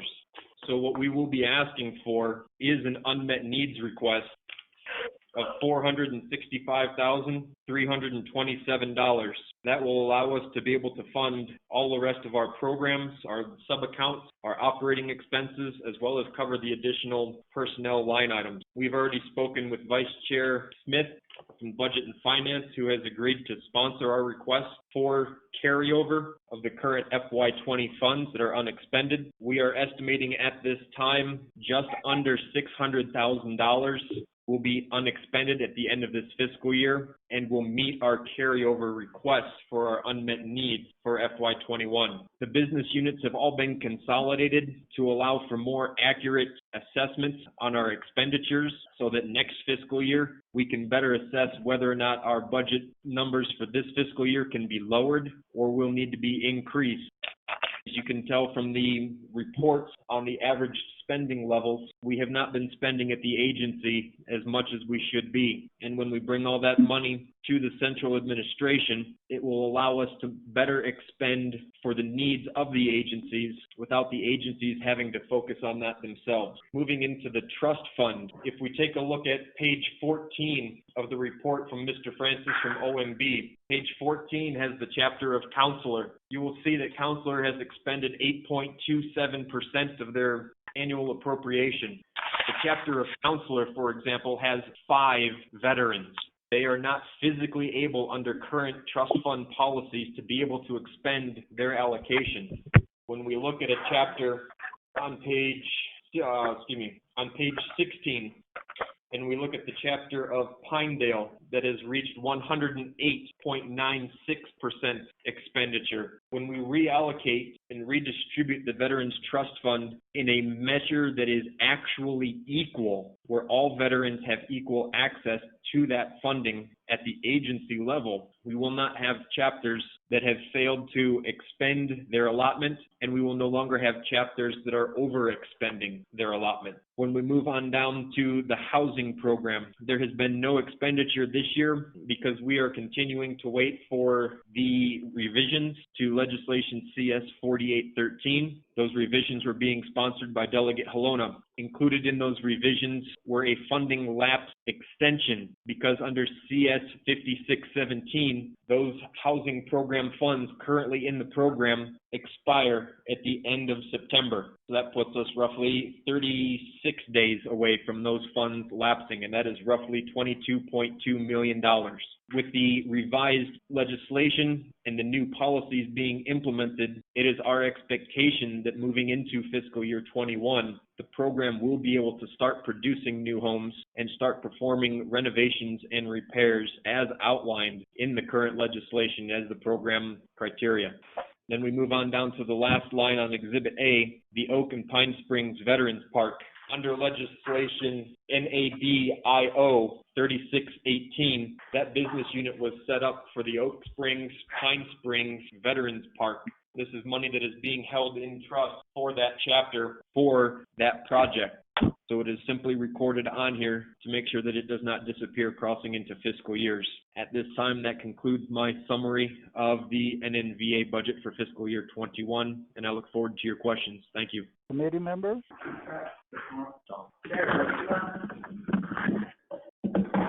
committee members, do you have any questions? Chair Wanika? Oh, Honorable Edison Wanika. Yeah, thank you, Chair, and members of the committee, and also the presenter. My concern has to do with for this fiscal year, there's no operating funds for the entire year, and at the same time, there's changing the 5 business units. I mean, changing it from 110 business units to 5 business units. As far as operating fund, would you need more? You said you was going to request unmet needs as far as the need for operating fund, because you're going to establish all the process at the agency level. Would you need more staff at the agency level if you do that? That's my question. And then also you mentioned that you're just under 600,000 carryover, and you said you're going to use a lot of that for the unmet needs. Would that be sufficient, the amount of the carryover, or would you need additional funding as far as operating funds? Thank you. Thank you for the question, sir. And if I could hear the first part of your question correctly, the Budget Form 3 has all of the additional personnel that we would need, both at the central agency, at the central administration and at the 5 agencies. There would not be an additional personnel requirement beyond what is listed on the Budget Form 3. To answer the second part of your question, the carryover fund would 100% cover our anticipated unmet need. That does assume that our estimates on our carryover are correct at just under 600,000, and that our budget form numbers, Form 1 numbers, are also correct, showing that we would be deficient $465,327. We would not require additional appropriation beyond our FY20 carryover. That is our assessment at this point. Thank you, sir. Committee members, any follow-up questions? Chair, Delegate Paul Begay. Paul Begay, go ahead. Good morning. Good morning, SC members. Thank you, Mr. Z, for the presentation. I realize that this is a yearly budget thing.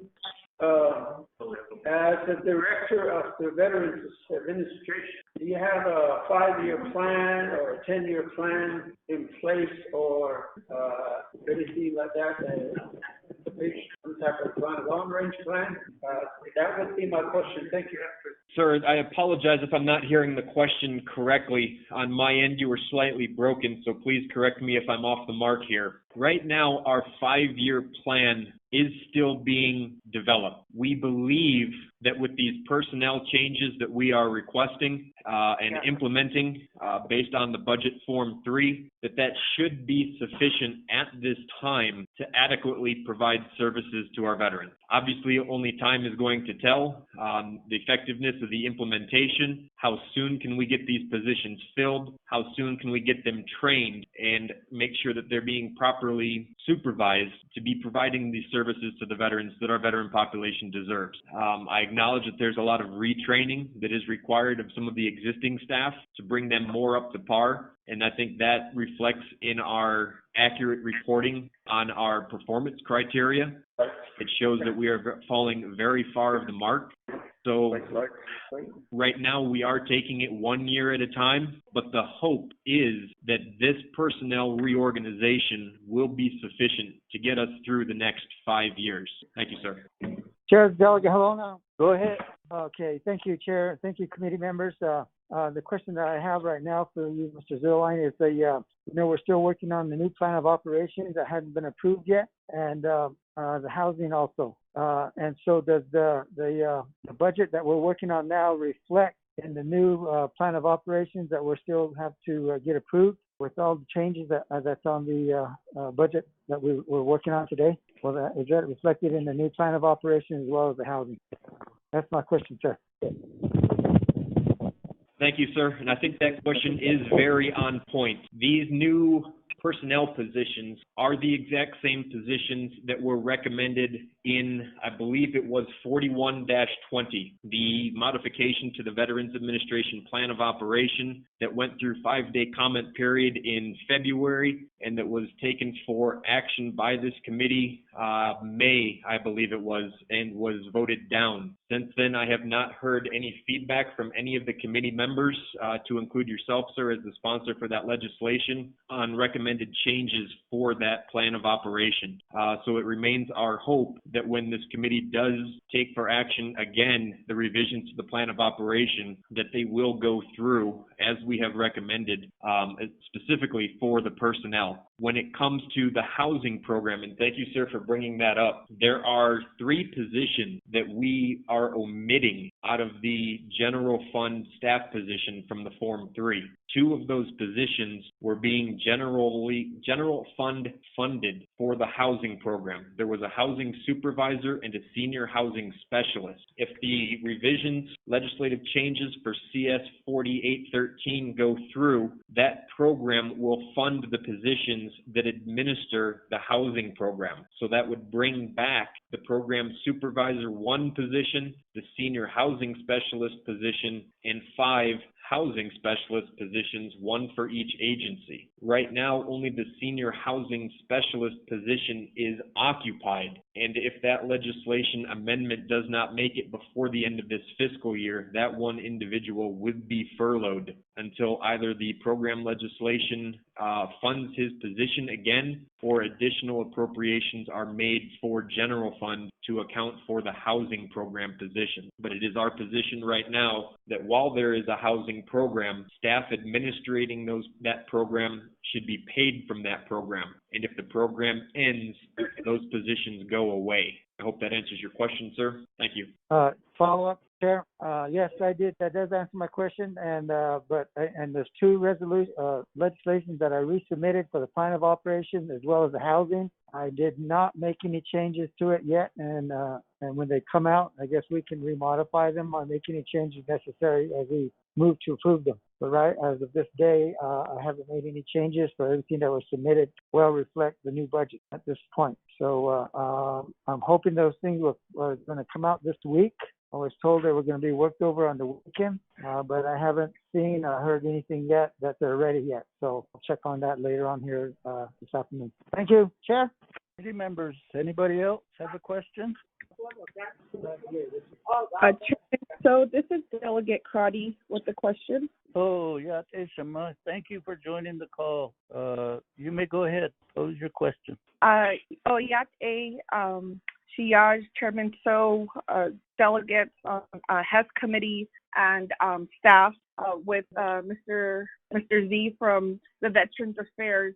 In reviewing the budget and looking at how this will affect not only all of Navajo Nation veterans across our boundaries and beyond, I'm going to raise a concern because I do see where some of the programs are reverting back to how funding was allocated in the past.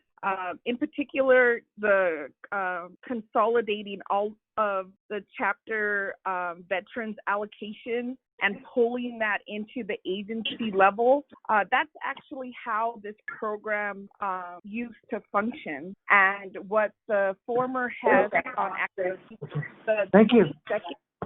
Am I clear? On the 22nd Council, what they did was decentralize that funding because it was clear that veterans were being left out. And so without a Navajo Nation clear veteran count, it was a challenge receiving the same amount of service. And so in this presentation, it's not clear on why there's this consolidation. I did hear that some chapters are not spending some chapter veterans organization are not expending all of their dollars. And what was very concerning is that some chapter veterans organizations are over expending. And I'm not really sure how a program or a budget line item can be over expended. And so that goes back to the personnel and the administration. So I'll need that to be answered. And I would request, and I just went on the website, I would request a breakdown of Northern Agency. At this time, I feel comfortable in stating that Northern Agency veterans were not aware of this budget. And so I'd like to pull those numbers, requesting administration to pull those numbers on behalf of our Northern Agency veterans, so we could look at those numbers. And I would be ready at Budget and Finance to make an amendment to make would have the services that this funding allocates to them. So I'd like those two questions to be answered. How does a veteran chapter line item, how is the over expenditure possible with the administration oversight, and then the request for the Northern Agency breakdown. Thank you, and I do have a few more. Thank you, Mr. Swerline. To start answering that question, at the beginning of my tenure as the acting director, I had requested of all 110 chapter veterans organizations to provide me with a veteran count. 14 chapters responded. Most of those chapters came from Eastern Agency. So without any recourse to compare numbers from the agencies, I was left to pull files of individual veterans at the agency offices based on physically counting hard copy records of the veterans that are registered with each agency. Chin Lee had a total of 1,284 veterans, surviving spouses, and Gold Star mothers. That made up 10.37%. Crown Point, 2,331. That made 18.82% of the total veteran population. Fort Defiance, 4,138, 33.41%. Shiprock, 2,257. That made 18.22%. And Cuba City had 2,375 for a total of 19.18%. That gives the entire Navajo Nation right now, based on our hard copy veteran files, 12,385 total veterans, surviving spouses, and Gold Star mothers. And when all of the existing legislation says equal distribution, when we don't have accurate counts of which veterans are in which chapters, the only number we can work with is based on the agency. So when we break down Shiprock agencies, 18.22% of the total $4,213,900 for FY21. That makes Shiprock's fair share allocation as an agency $767,927. Next fiscal year, FY22, if we are able to accurately reconcile where our veteran population is distributed, we can entertain going back down to the 110 chapter distribution. But right now, this is the only thing that we can see to make it more fair for every veteran, Gold Star mother, and surviving spouse to have equal opportunity to be able to apply for financial assistance benefits. It goes back to, like I was briefly saying, when a chapter has a large allocation and can only expend 8%, the rest of that money under the 110 chapter distribution carries over to that same chapter. And over the last couple of years, that chapter has built up over $100,000 worth of trust fund money that they cannot use. And so consolidating all of the 110 different business units into 5, take all of this carryover money from the current fiscal year and maintain it within the agency, and it becomes available to the entire veteran population within that agency. And it is our sincere hope that it makes it more available to the veteran population at large to have better access to those benefits. When it comes to having an agency, a chapter overexpend, I have no answer on that one. We are supposed to have several ledgers. The chapters were supposed to have ledgers. We were supposed to be doing reconciliation between the agencies and the chapters to ensure both ends of the equation were using the same numbers. When we look at regular spending under general fund, accounts payable does not let us expend funds from an account that has an insufficient balance. I would think that that same logic applies to the trust fund. So when a chapter overexpends, I don't know where that error lies.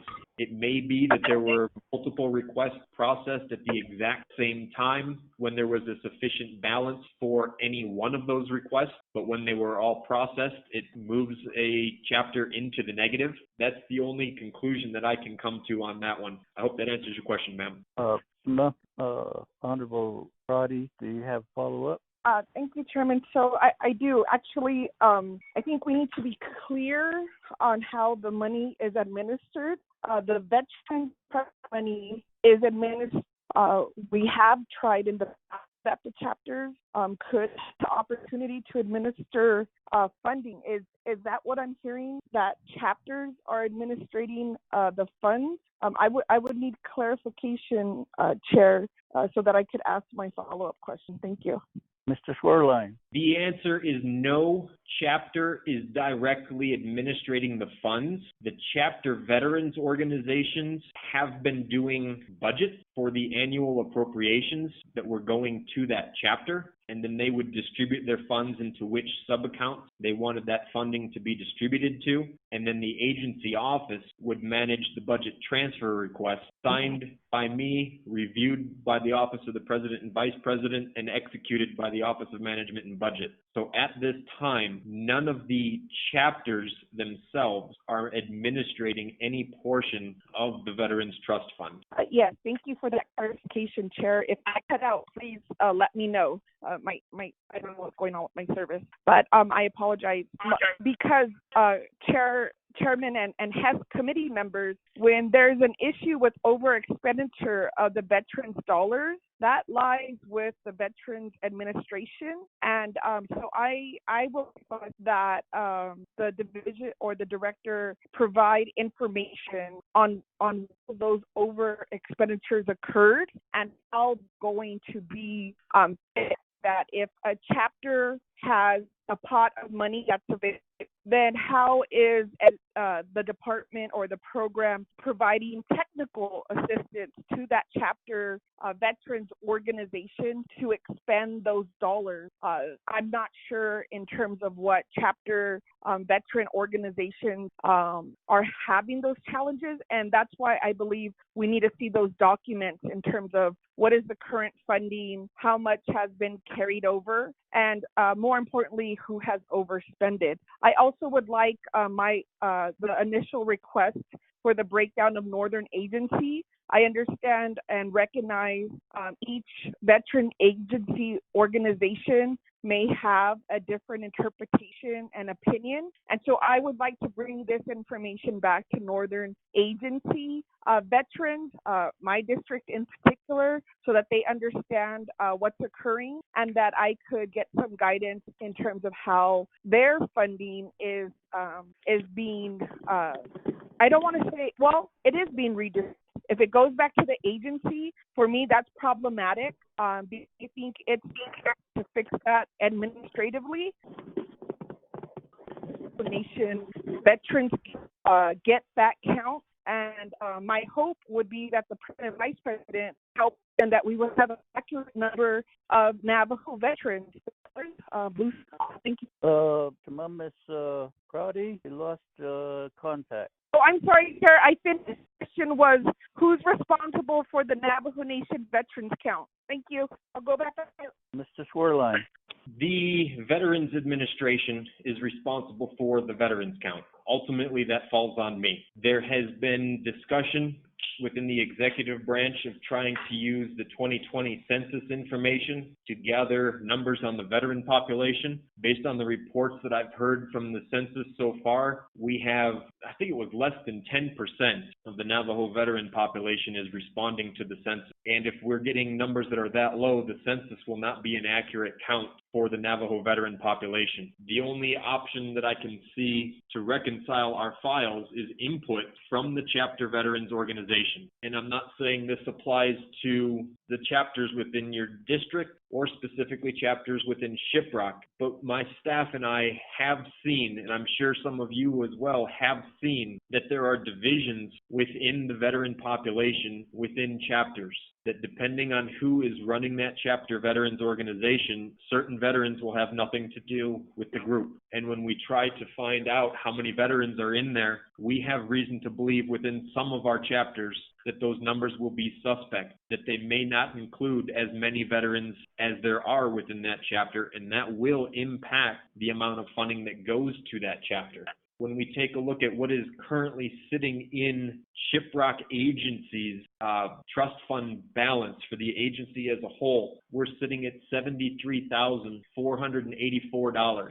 In FY19, the trust fund carried over $1.6 million in unspent funds. Based on the numbers we have from Shiprock, we can conservatively estimate that the entirety of the trust fund is going to carry over at least $750,000 for FY20. So it is our hope that by redistributing the funds at the agency and not down to the chapter level, that more of those funds will be able to be expended so there's less carryover and we're assisting more veterans. With the agencies managing the trust fund balances in each of the different assistance accounts, emergency, hardship, energy, housing, home improvements, stipends, supplies, catering, the agency office is going to be able to monitor the balances allocated within each agency. And we're going to be doing fewer budget transfer requests. And hopefully this will lighten the load on the Office of Management and Budget, and it will allow those budget transfers to occur more quickly to make sure that the veterans always have that assistance that they need. Hope that answers your question, ma'am.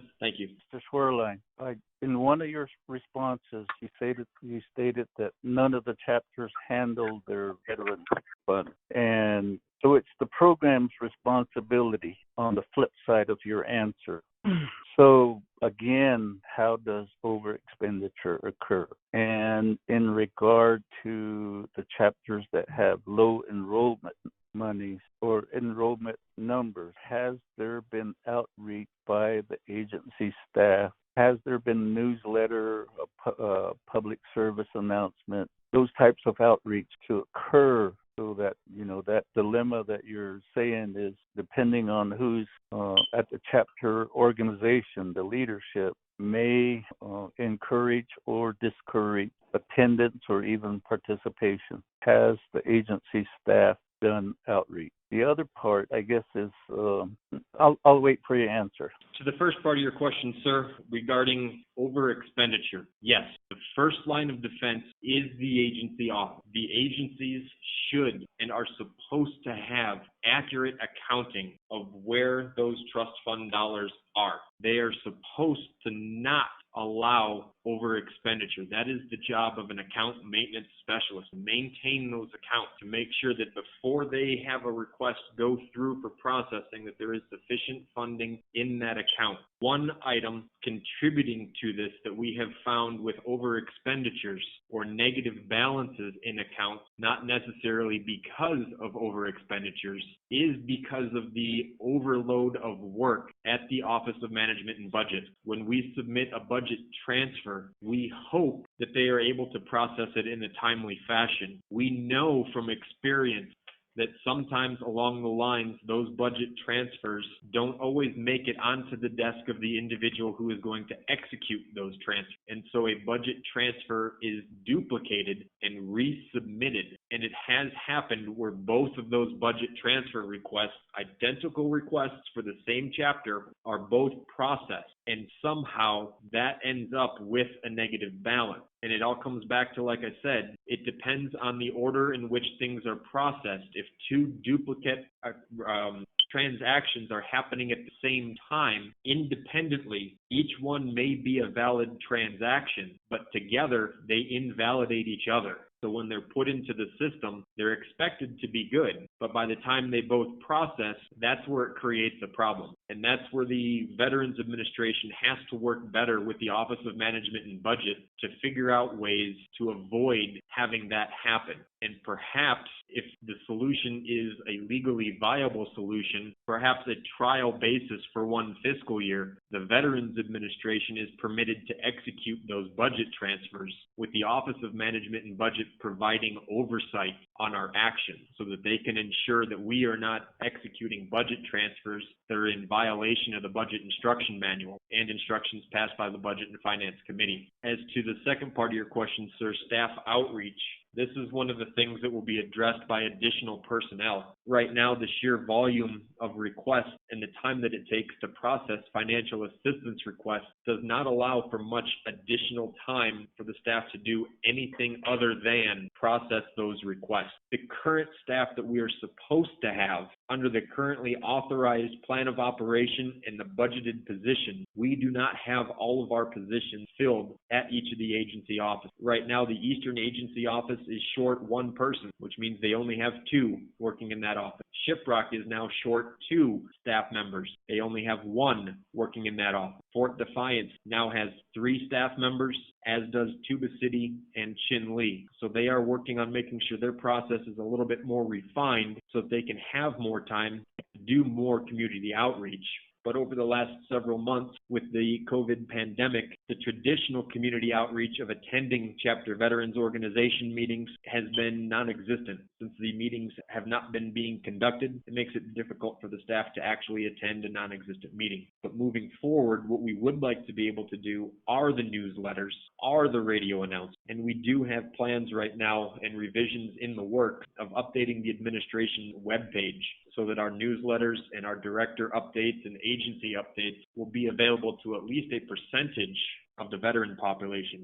There won't be any one method that we can implement to ensure that community outreach hits every single veteran out there. The best that we can do is the tools that are at our disposal, and communication face-to-face, social media platforms, web-based platforms. Right now, that is where the Navajo Nation is moving, but we also have to rely on those veterans who have that access to pass that information to the veterans who don't. So it's something that it's a revolution that is happening within the veteran population. More people are starting to get the information, and other people are starting to ask the correct questions to be able to engage those conversations so that those outreach efforts are more successful. So even if we do maintain that we are going to be doing veteran drives, registration drives, then it does fall onto the individual veteran, and they would have to contact the agency office. And unless they disclose their chapters, then we would only have them registered as the agency veteran. Hence the reason why we're going back to the agency distributions of those funds. I hope that addresses your question, sir. Thank you. Mr. Schwerlein, on at the agency level, how is your book set up to keep track of the chapter allocation? The books that we use are the FMIS system. It's the same system that the Office of the Controller is using and that the Office of Management and Budget is using. When we pull up any given chapter's allotment, that shows the money that is in that account at that point in time. It does not show us requests that are in the pipeline for processing by accounts payable.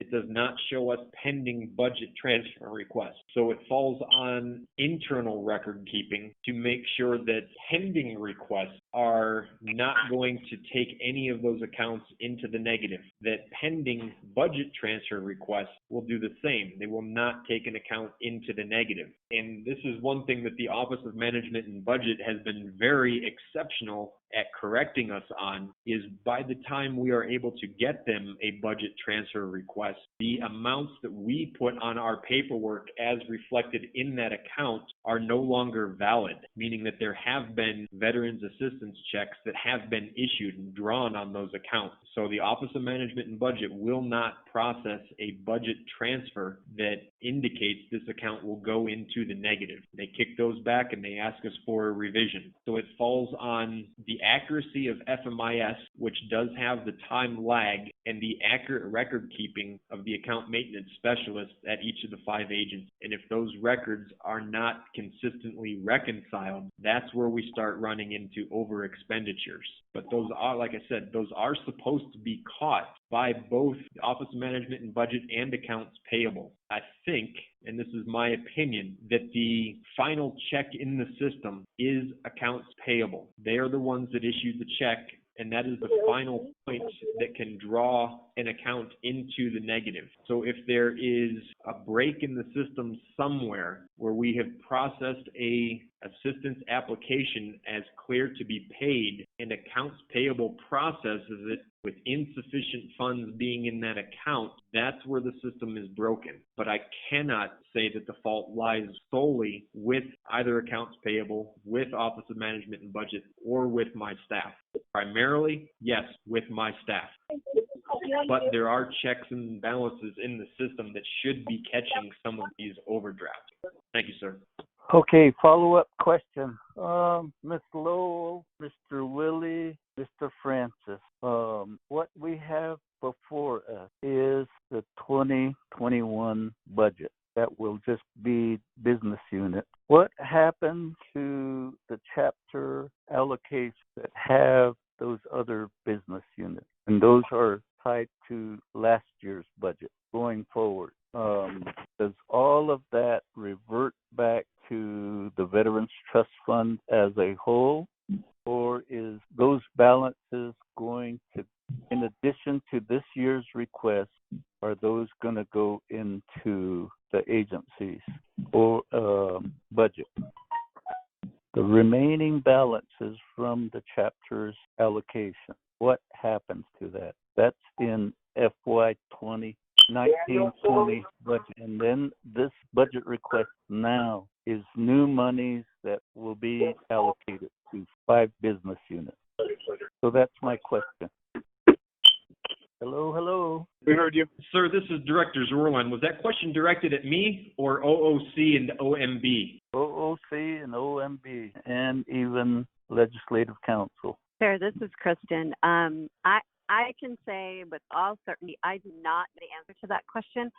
That is a technical question for OOC and OMB. And I'm not sure they're on the line anymore, so perhaps can ask them to pop back on because there's a question. Sure. Sir, this is Director Zwerlin. I can provide an answer to that question. I didn't ask you. I asked OOC and OMB. Ms. Martinez, can you get Mr. Willie and Mr. Francis back on the line? Yes, sir. Hello? Can you hear me? This is Robert Willie. Okay, Mr. Willie. Mr. Francis, is he on the line yet? Hello? This is Emmett Francis. Okay, both of you, Mr. Francis and Mr. Willie. I have a question. Of the 110 business units that are tied to FY 19 and 20, those dollar amounts in that trust fund, what happens to them on September 30th? Are they maintained, or will they be transferred into the 5 agency business unit numbers?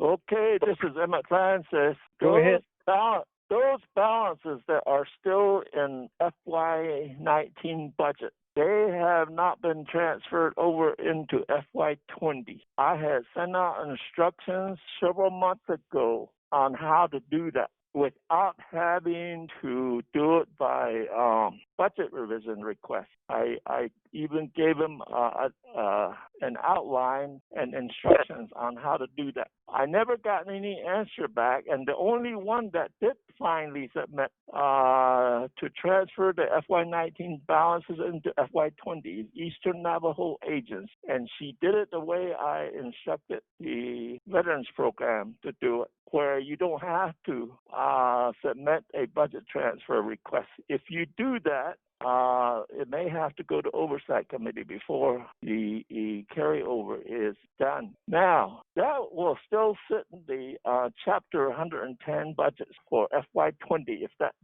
carryover is transferred over. Now, from 20 to 21, there will be a problem because the money will be still tied to the business unit of the Navajo Nation chapters. And probably the only way that those funds can be transferred into another business unit that will be not a chapter business unit is for approval by the Oversight Committee to transfer those funds from 110 chapters into one business unit at the agency level. It would have to have approval from the Oversight Committee, I believe. So it's going from a different business unit into another business unit. That's usually the way the budget instruction manual reads, is that when it goes from one business unit that is different into another business unit that is different, then Oversight Committee has to approve it. If it goes from the same business unit into the same business unit, then all you need is a budget revision request to transfer those funds over. And that's the way, again, that's the way the budget instruction manual reads and so on. So that would be my answer. I don't know about controllers. I think I asked them the question some time ago on how to do that before. Thank you very much. Mr. Chair, this is Robert Willie. Go ahead, Willie. Okay, when we calculate the carryovers actually go into the same business unit. So each chapter would be calculated, and those are the numbers that we would send to Office of Management and Budget. And from there, Mr. Francis did explain the process. So I'm hoping that this does clarify what you were asking, sir. If you have more questions, please feel free to ask away. Thank you. Okay, thank you. Committee members, do you have any follow-up questions? Chair Wanika? Go ahead, Tatila. Honorable Wanika. Thank you, Chair, members of the committee. I am concerned about the change also because one of my chapters runs out of money within just a few months of the new fiscal year. So I know there's been a request as far as distribution of funds to be based on the veterans count, but it's taken a while, and now there's a change. I don't know if there was consent from the chapter organization, veterans organization. I remember last year we had a problem with Dodie. They went ahead and took funds from the agencies without the consent of the agency manager, and became a problem. And I feel this might become a problem too.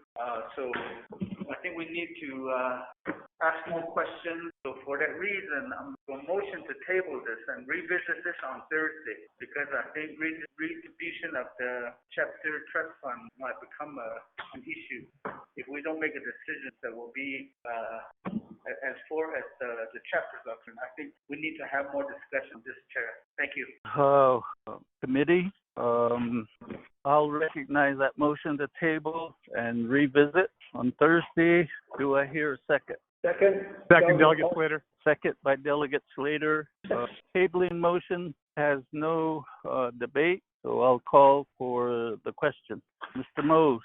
Yes, sir. Honorable Paul Begay Jr. Green. Honorable Paul Begay Jr. votes green. Honorable Carl Russell Slater. Delegate Slater, green. Honorable Carl Russell Slater votes green. Honorable Pernell Halona. Honorable Pernell Halona. Honorable Charlene So. I vote green. Honorable Charlene So votes green. Honorable Edison J. Wanika. Green. Honorable Edison J. Wanika votes green. Last call, Honorable Pernell Halona. Halona votes green. I also wanted to try to ask a question about that. If we table it till Thursday, the next round, who's going to be working on that, directing to work on that to give us a good answer of what needs to happen by that same day? With that, I'll vote green. Honorable Pernell Halona votes green. Chair, you have a vote of 5 in favor, 0 opposed. Okay, thank you, Mr. Mose. So, vote of 5 in favor, 0 opposed. Chair not voting. This legislation will be brought back to the table on Thursday on when we revisit all the budgets too. Thank you, committee members. In the meantime, we'll get further clarification on what will happen to the chapter allocations that are pre-existing committee members. With that, Ms. Martinez, what is the next item on our agenda for today?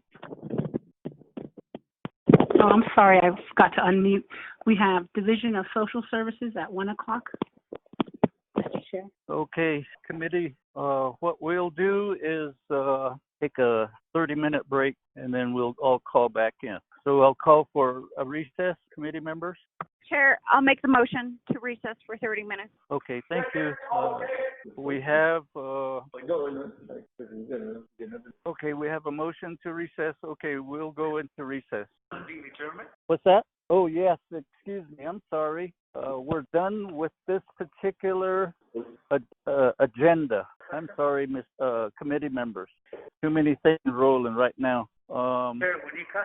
Yes, go ahead. Chair, we have an agenda for the veterans, and we have totally new agenda for social service. Does that mean we adjourn this one and then reconvene again at 1 o'clock, or does it recess? Yes, at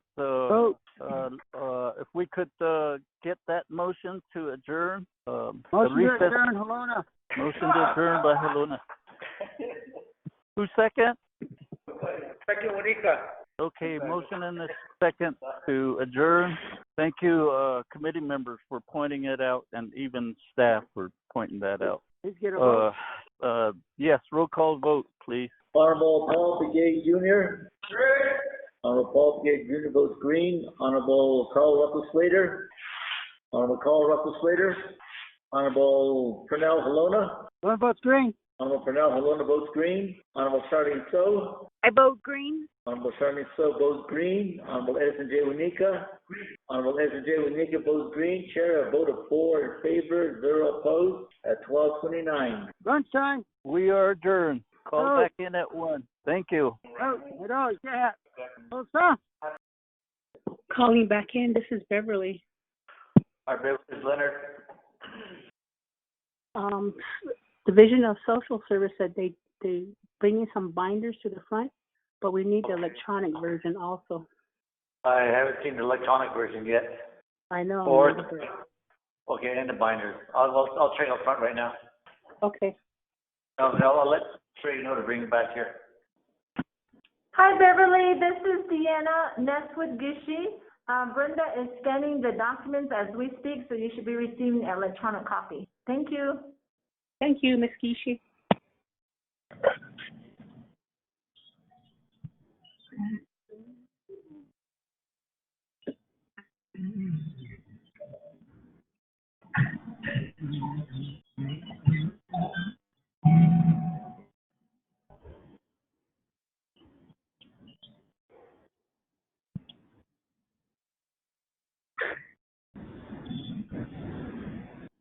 Hello. Hello. Everybody back Hello, yet? this is Leonard. Not there, Leonard. We're just waiting now. Yes, sir. There's Honorable Paul Begay here with me. Leonard. Okay.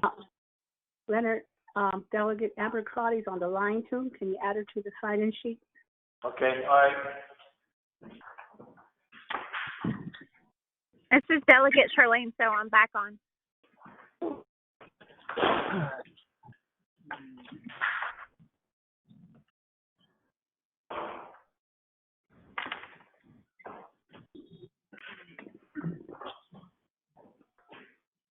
Hello, is everybody back on the line?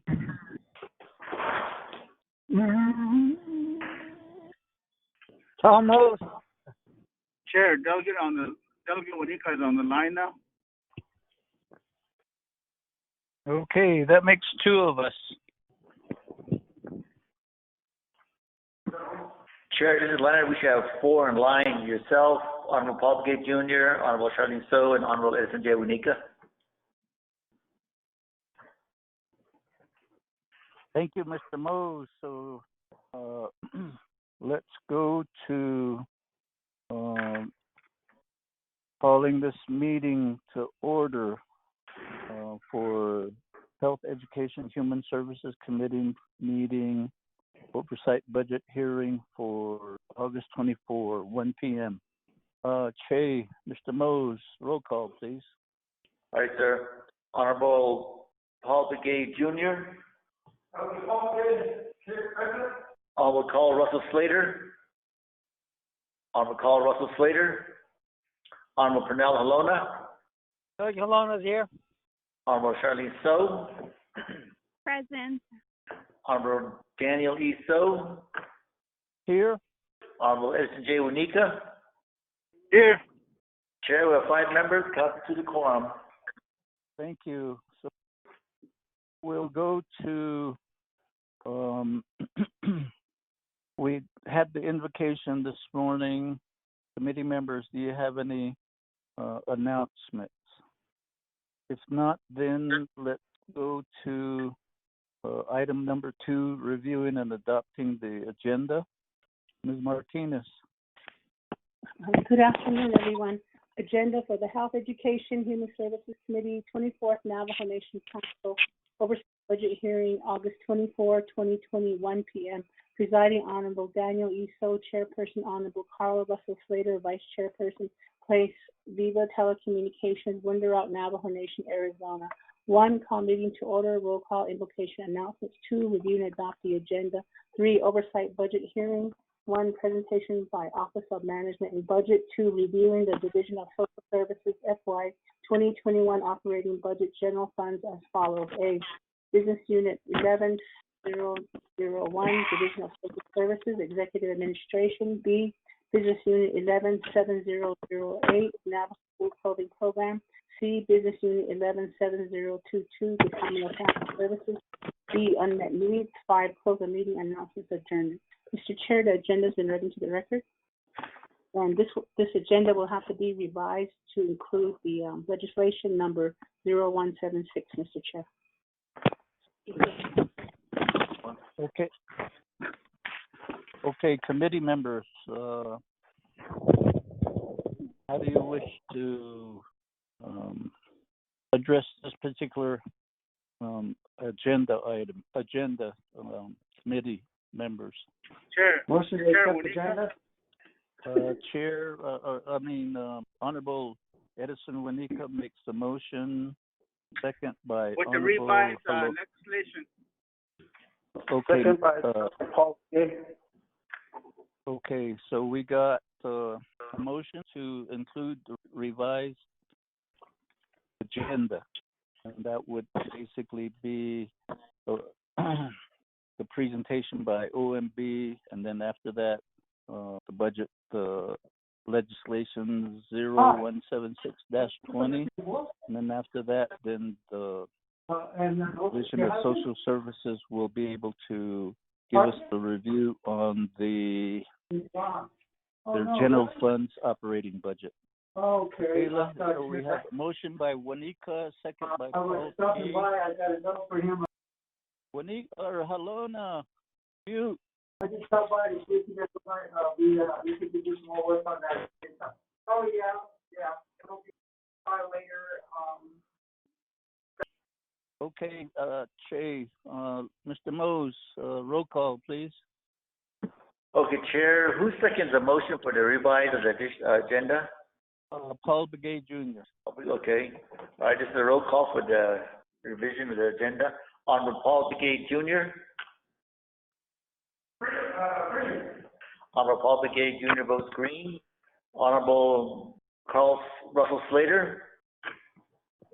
Honorable Pernell Halona. Honorable Pernell Halona. Honorable Charlene So. I vote green.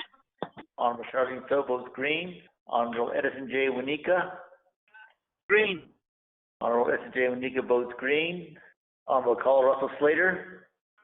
Honorable Pernell Halona. Chair, we have a vote of 3 in favor, 0 opposed.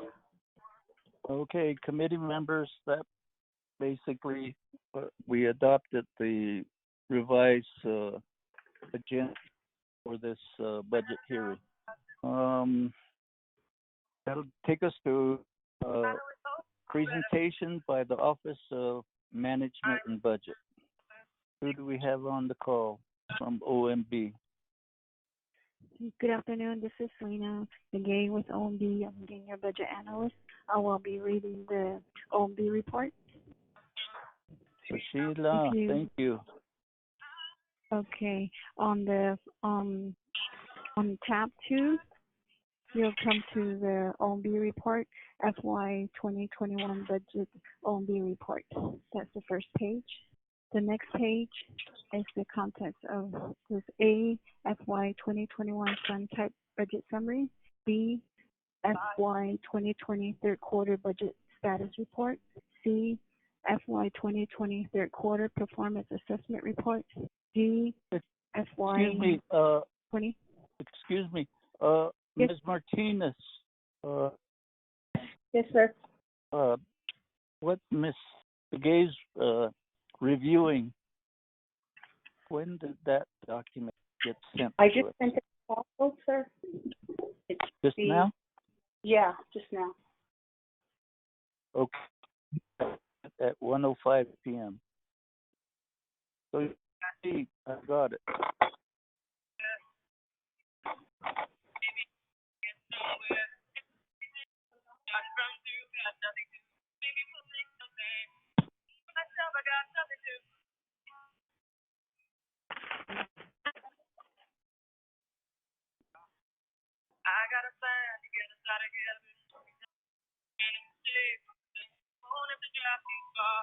Can somebody please mute their phone?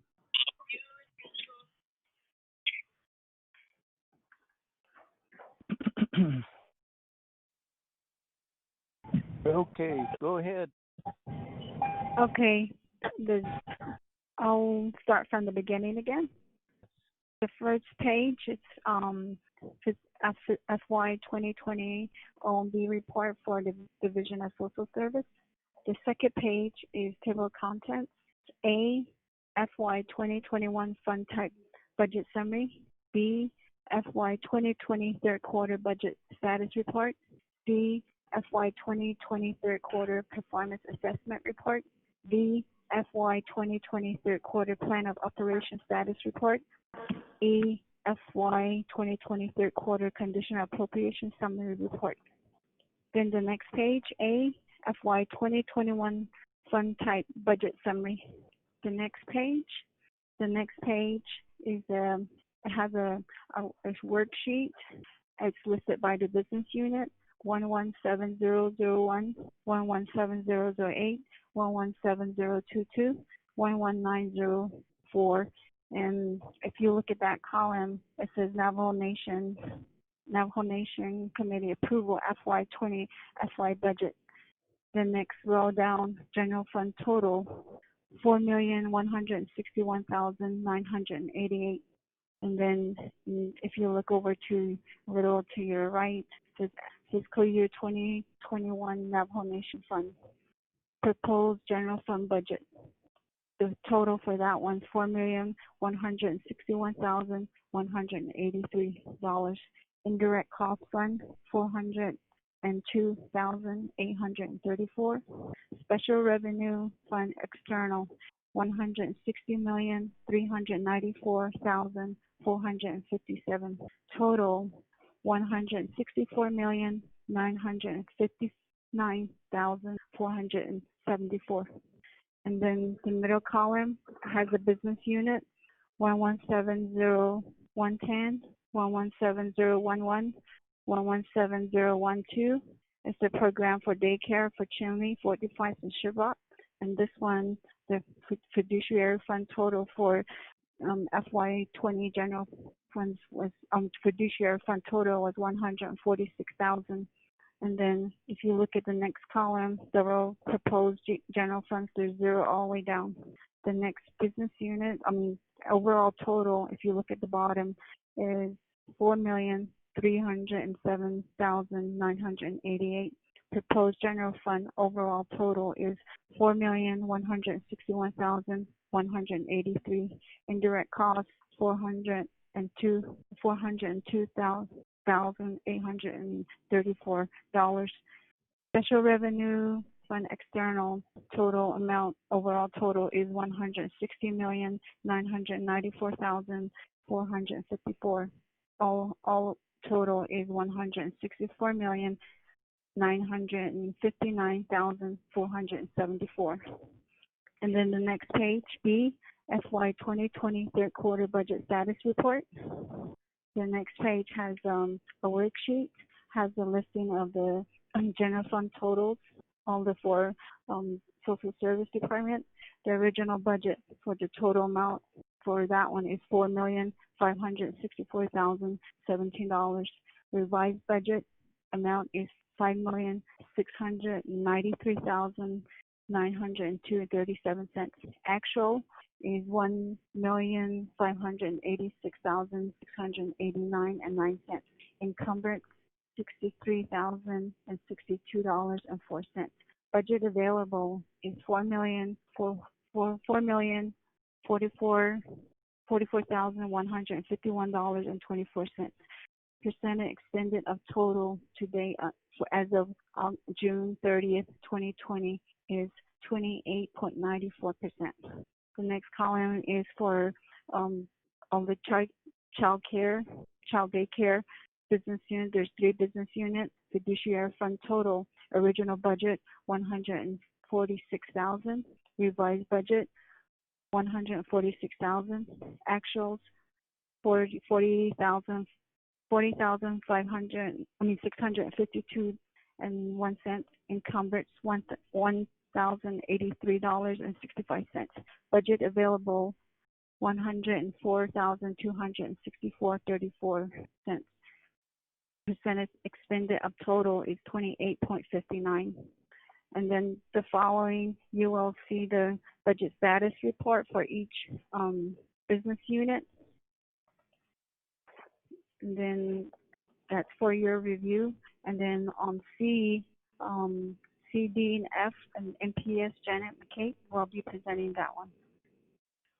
Tab C, your third quarter report, performance assessment report. There are 6 business units, and I will read the bottom overall average scores. First quarter is 2.29, second quarter is 2.36, third quarter 2.15. Moving on to tab D is the plans of operations status report. Again, you have 6 business units. These business units have a current plan of operation, and they've all been adopted at 2016 and 2020. Moving on to tab E, condition of appropriation summary report. This business unit has 1 condition of appropriation, which is number 1, and the status, which was due at the end of the second quarter. We did have a response in the third quarter, and their status is compliant. The second one is a legislative concern number 12. This was due at the second quarter as well. They did respond in the third quarter, and the status is non-compliant. Mr. Chair and members of the committee, this concludes the OMB budget report. Thank you. Thank you. Committee members, do you have questions on the presentation by OMB? Delegate Slater. Oh, Cecilia, Vice Chair Slater. Can OMB clarify the proposed carryover amounts for the relevant general funds business unit numbers? Hello, this is Selena Gay.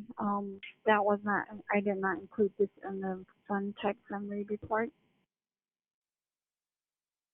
Okay, because I was looking at the legislation and it says that all carryover amounts will be, I'm on my phone, I can't pull it back up again, but I think for 2 business units in executive administration, they are proposing carrying over the balances. And I don't know if that's in this presentation or we can wait for later from social services to present that. Chair, if I may, this is Kristen. Go ahead, Ms. Lowell. Chair, I am just looking through the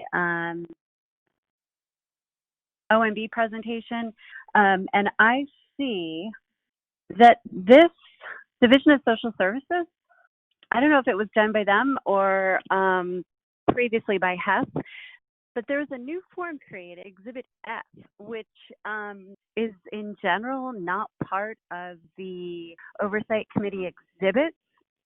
So what Delegate Slater is referring to was a form that was created to adapt to the needs, requesting carryover. It's not officially, in quotes, officially part of the Oversight Committee exhibits. So I need to go back over to the legislation and look at something. I think we may need to do an amendment if the committee would like to include this in the actual legislation, because typically the legislation does not have Exhibit F, Chair. Okay.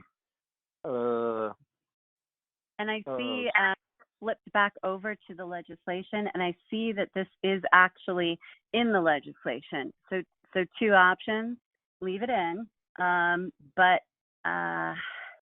if that's the case, I need to amend exhibit the legislation, paragraph B on page 2, because Exhibit F is not reflected in the body of the legislation, and each exhibit referred to, or each exhibit included in the legislation needs to be specifically referred to in the body of the legislation. So if you would like to leave that in, I need to do an amendment, Mr. Chair. Okay. Shania, this is Delegate Slater. Can I make one more comment? Yes, let's finish the OMB presentation first, Ms. Lowell, and then after that we can address the legislation. Go ahead, Honorable Slater. Thank you. I was just going to let my colleagues know that I will motion later to table this because I personally need a lot more time to review all of the information in there till Thursday.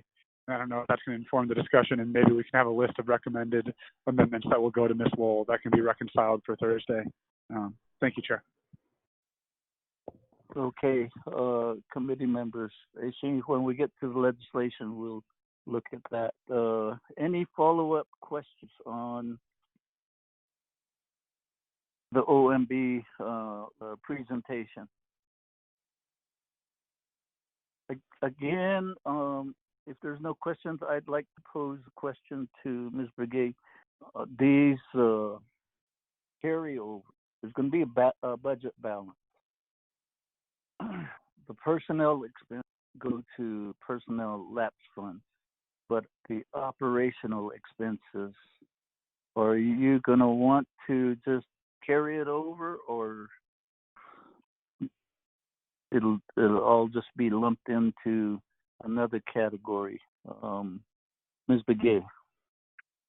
Okay, the way we do our presentation on the part for the fund top budget summary is initially with, like I said, that spreadsheet, the Navajo Nation Council approval of FY20 general fund budget from the very beginning, and then later in the year all the personal lab is done, but we don't include that one in. But if there was any personal lab that was given to them, it will be included in. But in the Division of Social Service, they did not get any personal lab during the budget session. Okay. That's why it's not included in here. Okay. So Sheila, committee members, any questions? Okay. So as we did in the previous budget discussion, I entertain a motion and a second to adopt their presentation, OMB's presentation. The chair's open for a motion. Motion, Delegate Slater. Sheila, thank you. And then we have a second by Honorable Wanika. Further discussion? Okay. Che, Leonard Mose, roll call vote, please. Aye, sir. Honorable Paul Begay Jr. Honorable Green. Honorable Paul Begay Green. Honorable Carl Russell Slater. Green, Delegate Slater. Honorable Carl Russell Slater votes green. Honorable Pernell Zelona. Honorable Pernell Zelona. Honorable Shirley So. Zelona votes green. Honorable Pernell Zelona votes green. Honorable Charlene So, Honorable Charlene So, Honorable Edison J. Wanika, Honorable Edison J. Wanika, both green. Chair, a vote of 4 in favor, 0 opposed. Thank you, committee members. Thank you, OMB. Your presentation is accepted by the committee by a vote of 4 in favor, 0 opposed, the chair not voting. Now we go into legislation 0176-20. Ms. Martinez. Good afternoon again, everyone. Legislation number 0176-20, an action relating to Health, Education, Human Services Committee approving and recommending to the Budget and Finance Committee the proposed fiscal year 2021 budget for the Navajo Nation Division of Social Services. Mr. Chair, the committee is the final authority that the legislation has to be ready and entire being enacted. Section 1, Authority A, the Health, Education, Human Services Committee is a standing committee of the Navajo Nation Council. 2, NNC, Section 400A. B, the Health, Education, Human Services Committee is the Oversight Committee for the Navajo Nation Division of Social Services. 2, NNC, Section 401C1. C, each Oversight Committee shall review and make recommendations to the Budget and Finance Committee concerning the budget in accordance with the annual budget instructions. 12, NNC, Section 840A. Section 2, Findings. A, the Health, Education, Human Services Committee held a budget hearing and took budget testimony regarding the Navajo Nation Division of Social Services fiscal year 2021 budget. 12, NNC, Section 840A. B, the Health, Education, Human Services Committee recommends to the Budget and Finance Committee a fiscal year budget for the Navajo Nation Division of Social Services. 12, NNC, Section 840A. Section 3, approving and recommending to the Budget and Finance Committee the proposed fiscal year 2021 budget for the Navajo Nation Division of Social Services. A, the Health, Education, Human Services Committee hereby acknowledges the proposed Navajo Nation fiscal year 2021 budget for the Navajo Nation Division of Social Services recommended by the President of the Navajo Nation as provided on Fund Type Budget Summary attached as Exhibit A. B, the Health, Education, Human Services Committee requests that the Budget and Finance Committee and Navajo Nation Council adopt the changes to the budget as set forth in the General Fund Comparative Summary.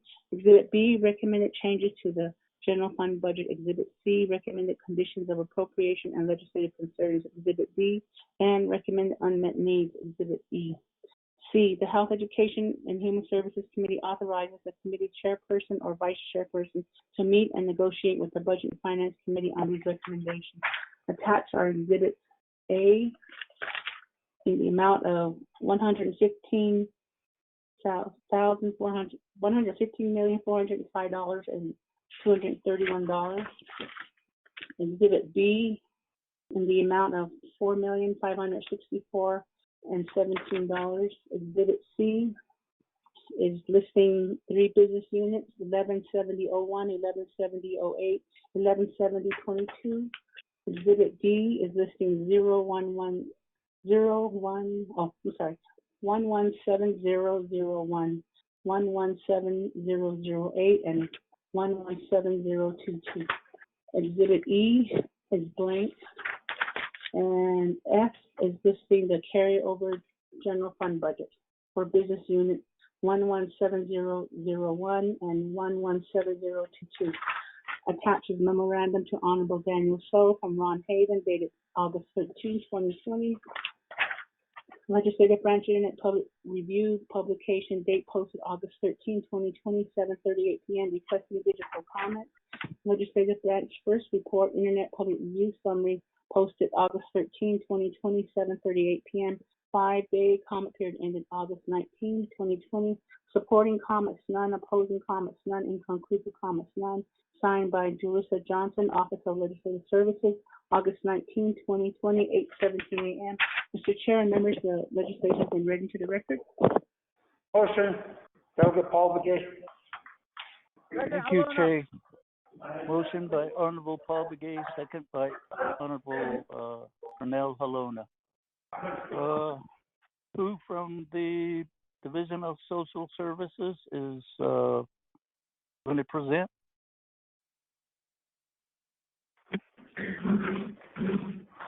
Good afternoon.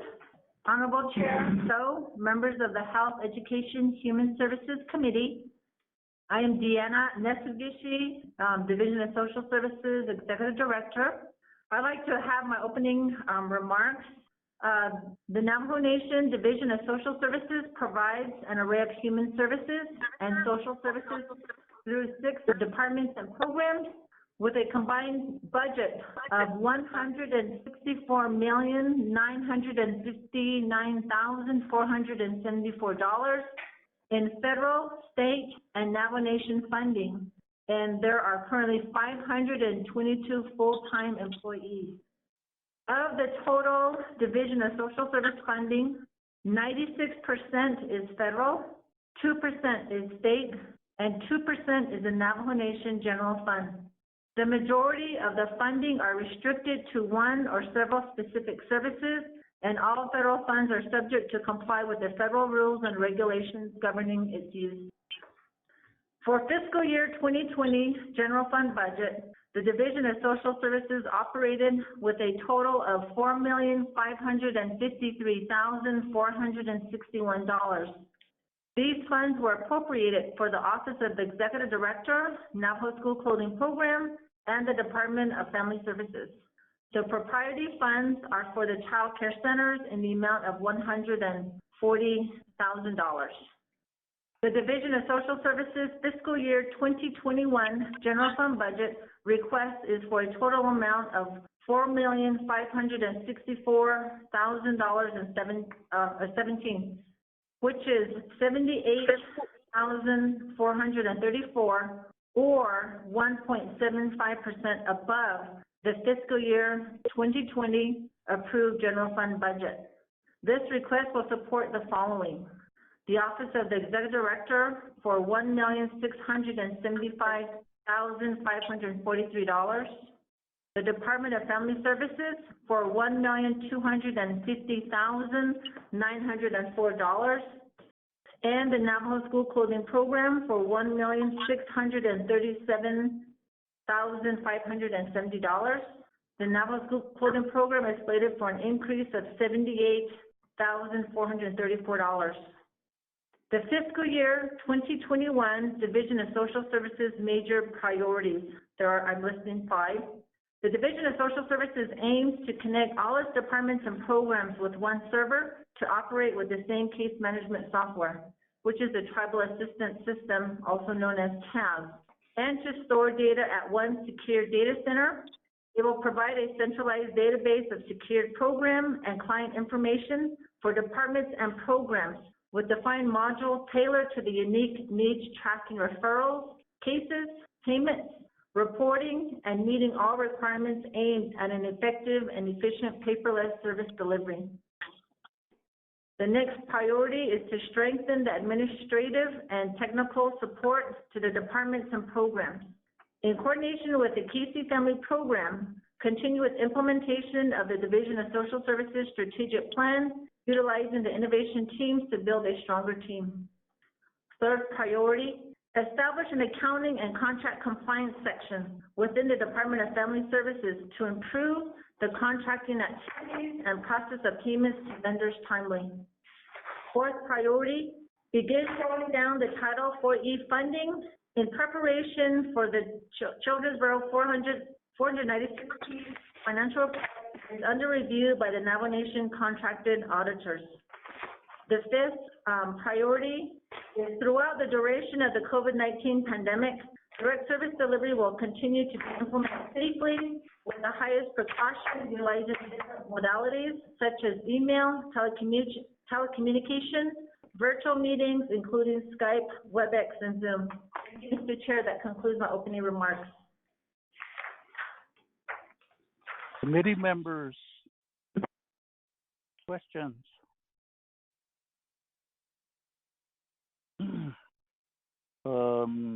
Tonight, this is Doug Slater.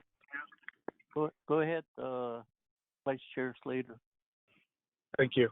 Dr. Nesugishi, I know that you had developed a template for reforming the division and making plans of operations amendments, and some of those have been considered and approved by the HES committee. I think there are other ideas as well. I was wondering if you could tie the changes that took place over the past year to your vision for fiscal year FY21 and create a little bit more of a narrative to accompany the budget that's been presented. Thank you. Ms. Neswood Gishy?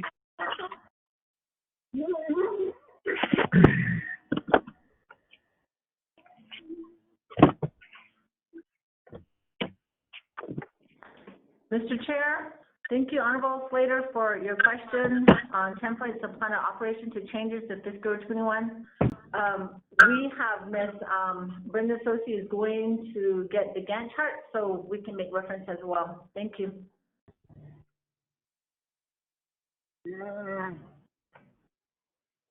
Committee members, any other questions?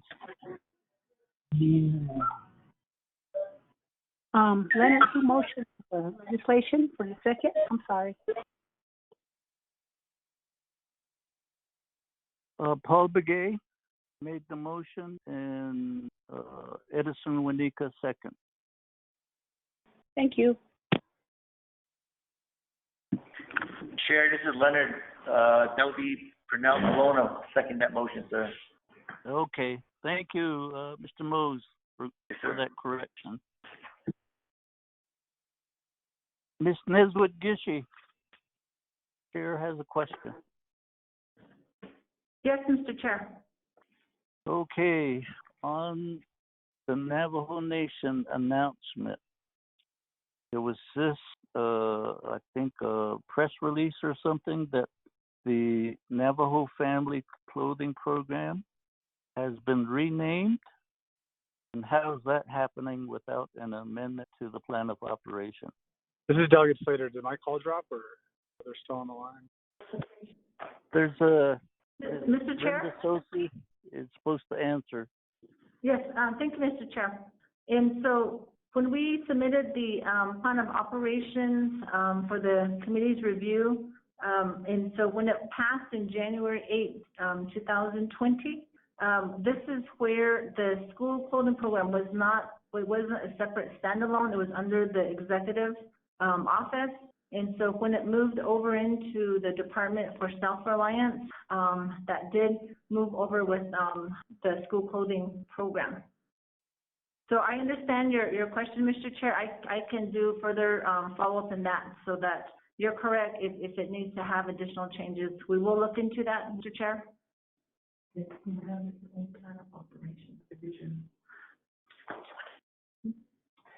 Mr. Chair, our policy, Ms. Rosalind Begay would try to add more clarification, please. Mr. Chair, may I have my... Go ahead. Good afternoon, Mr. Chair, members of the committee. This is Rosalind Begay with the Division of Social Services.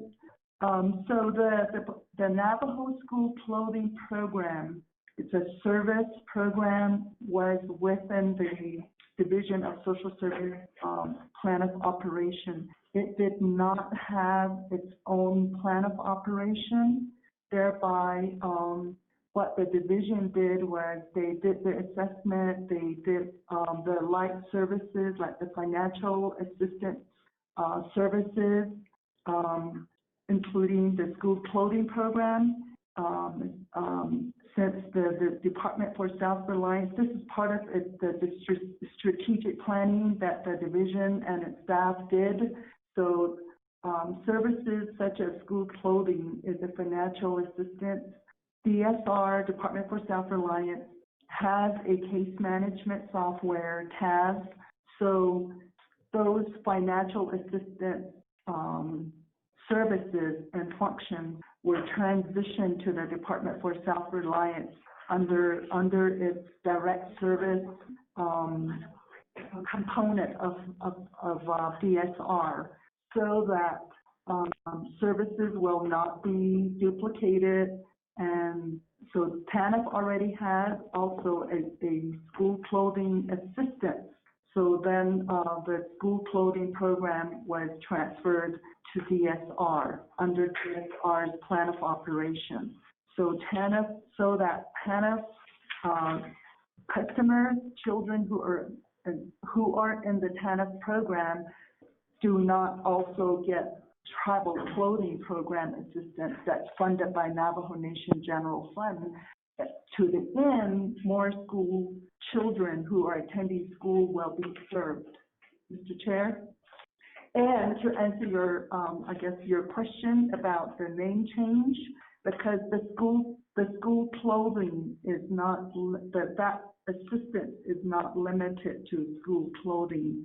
So it could also include other service provisions such as school supplies that children may need. So then it was changed to Navajo Education Incentive. Mr. Chair? I know it may be a little trivial, but it seems like the way the committee had adopted it was under the Navajo School Clothing Program. And now there's a education incentive. It's been publicized without a change in the plan of operation. That's all I'm, I guess, making that need for amendment to the plan of operation. Shania, this is Delegate Slater. I have another question. Go ahead. Thank you. Ms. Neswood-Gishi, can you walk us through the proposed carryover budget? Ms. Neswood-Gishi or Ms. Brenda Sosi? This is Brenda Sosi. I work for Division of Social Services. I'm the principal accountant. Mr. Chair and committee members, the question is on the carryover. The carryover for Business Unit 117001, there are still expenditures happening now, but after the reconciliation happens, that's what the carryover we are requesting for. That doesn't include the personnel lapse fund. Also for Business Unit 117022, which is Department of Family Services, that's the request for the same. We're not requesting for any carryover on the lapse fund, but after the reconciliation of the overall budget, we're requesting for the carryover. Our reason for the carryover amounts of the operating balances is the information technology that COVID-19 telework and software hardware refit that we are doing right now. We had submitted an RFP. We completed the RFP, and the cost will be $5.9 million. And for that reason, we're requesting for the carryover. We still have an available balance of like almost 75% in there. That's what we were saving our funds for that telework. So, and then also to complete, the telework projects that we have been proposing. So basically, these balances that we have, we do cover a lot of the costs. I wouldn't say a lot, but I mean some of the costs that the federal funds are unable to cover. That's when we come in to cover those costs as well. So that's the clarification on that, Mr. Chair. Chair, I have some follow-ups. Go ahead, Vice Chair Slater. So I think there's two business units that are requesting carryover amounts, and you're excluding the personnel funding and really the justification. What for the record, can you identify what the requested carryover amounts are and bring into the record and for the benefit of the Navajo people? And can you explain what percentage of the original budgeted amount they represent for those business units, excluding personnel? Or if it's easier to calculate it with personnel, use it that way. Mr. Okay, Chair, this is Brenda. This is Kristen. Sorry, Chair. I just have something to add, but I can add it later. Sorry. Go ahead, Ms. Sosi. Okay, this is Brenda again. The remaining balances, what we're requesting for, under those two business unit 117001, Executive Administration, and then 117022, Department of Family Services, is the remaining balances after the reconciliation of balances occurred. I had indicated that there are still expenditures that are happening. What we see here in the budget status report that OMB reported for business unit 117001, total percent of expenditures 23%. So 72% is what we still need to spend. That would be the 72% minus the personnel lapse fund. Then also the same would be for family, the Department of Family Services, which the total expenditure is at 57%.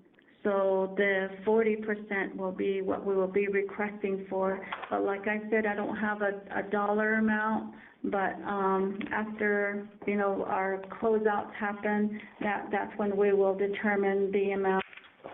Mr. Chair. And what were the original budgeted amounts for those business units? This is Brenda again. The revised budget amount for business unit 117001, the Executive Administration's budget is the revised budget is $2,808,465.80. So right now, what we have available is $2,135,247.61. Then for the Department of Family Services, the revised budget amount is $1,646,232.50, and the budget available is $703,070.58. Mr. Chair. So how much of the $5.9 million for these IT upgrades do you anticipate being able to cover with the carryover budget? Hopefully. And where will the remaining funding come for that RFP? The 2.8 or the 2.8 million is what we're requesting carryover. Then the difference will be from the CARES Act proposal that we had submitted. So the 2.8 is your estimate for the carryover in general from the executive branch or from those two specific business units? It will be from the Division of Social Services carryover general funds, the 2.8 million. So is that 2.8 million from the executive administration business units, or is it inclusive of other?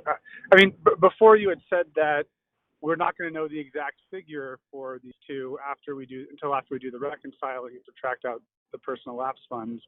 And now we're hearing the 2.8. I'm just trying to get some clarity on those two concepts and numbers. This is just an estimate. That's what I'm going off of, the estimate amount. Okay. And was it the program's intention to save this contract? Can you repeat your question, please? Was it the program's intention to save the funding from fiscal year 20 for this contract? We have been, Division of Social Services, we have been planning this because we went through a thorough assessment of all the equipment under Division of Social Services. Based off of the assessment, that's when we went with the proposal, request for proposal, and that's what the awarding proposal was $5.9 million. So we were actually estimating like $6.4 million, but when the proposals came in, it was at $5.9 million. So these are based off of our priorities as well. And when we reported 2020 priorities last year, we wanted to streamline, we wanted to improve the financial services and social services. So that part of that was the case management system. In order to do the case management system, we gotta, purchase like all the hardware and the equipment. That includes all the laptops, the desktops, the scanners.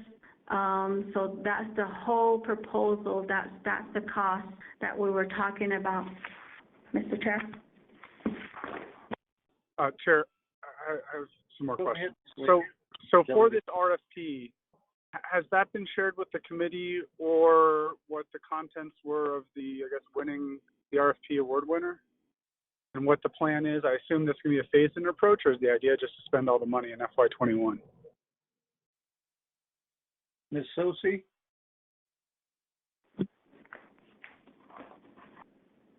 Can you repeat the question so I can answer you properly? As the winning RFP or the awardee and their RFP or proposal been presented to the committee, and what is the plan for implementing those upgrades? Is it a phased approach? Is it all in fiscal year 21?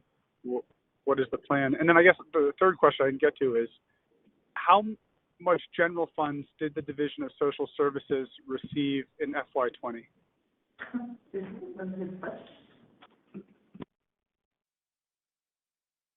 Ms. Sosi? Hello, this is Brenda again. Your question about what was the dollar amount that we received for FY20 for Division of Social Services, the overall was, we received I'm going to read the revised budget, which is $5,693,902.37, which includes the business unit 117001, which is the executive, is $2,808,465.80. Then it includes the school clothing, $1,172,470.04. And okay, that's fine. I just wanted the total number, which she said was a little over 5 million. That's the total amount. So what we are requesting for is the carryover for the business unit 117001, that's the executive administration, as well as Department of Family Services, business unit 117022. And then the RFP, that was our administratively, that's what we did was, to follow the procurement rules and regulations. We did go through the request for proposals. So that was how, that was how this RFP was awarded. And yes, this was the administrative plan the whole time in 2020, and it is going into 2021. And because of, certain reasons where there was a government shutdown for at least 4 or 5 months, and it was very difficult for the different offices to respond to certain requests. So that kind of took a lengthy time. However, we were successful in getting the RFP through, and now we're at the final stages. So because of the fiscal year end is nearing, and that, just to be on the safe side, that's what we are requesting for, is the carryover. So that way we meet, all the requirements for the telework projects. Chair? And can you give us the total general funds request this year, excluding carryover, and then including carryover?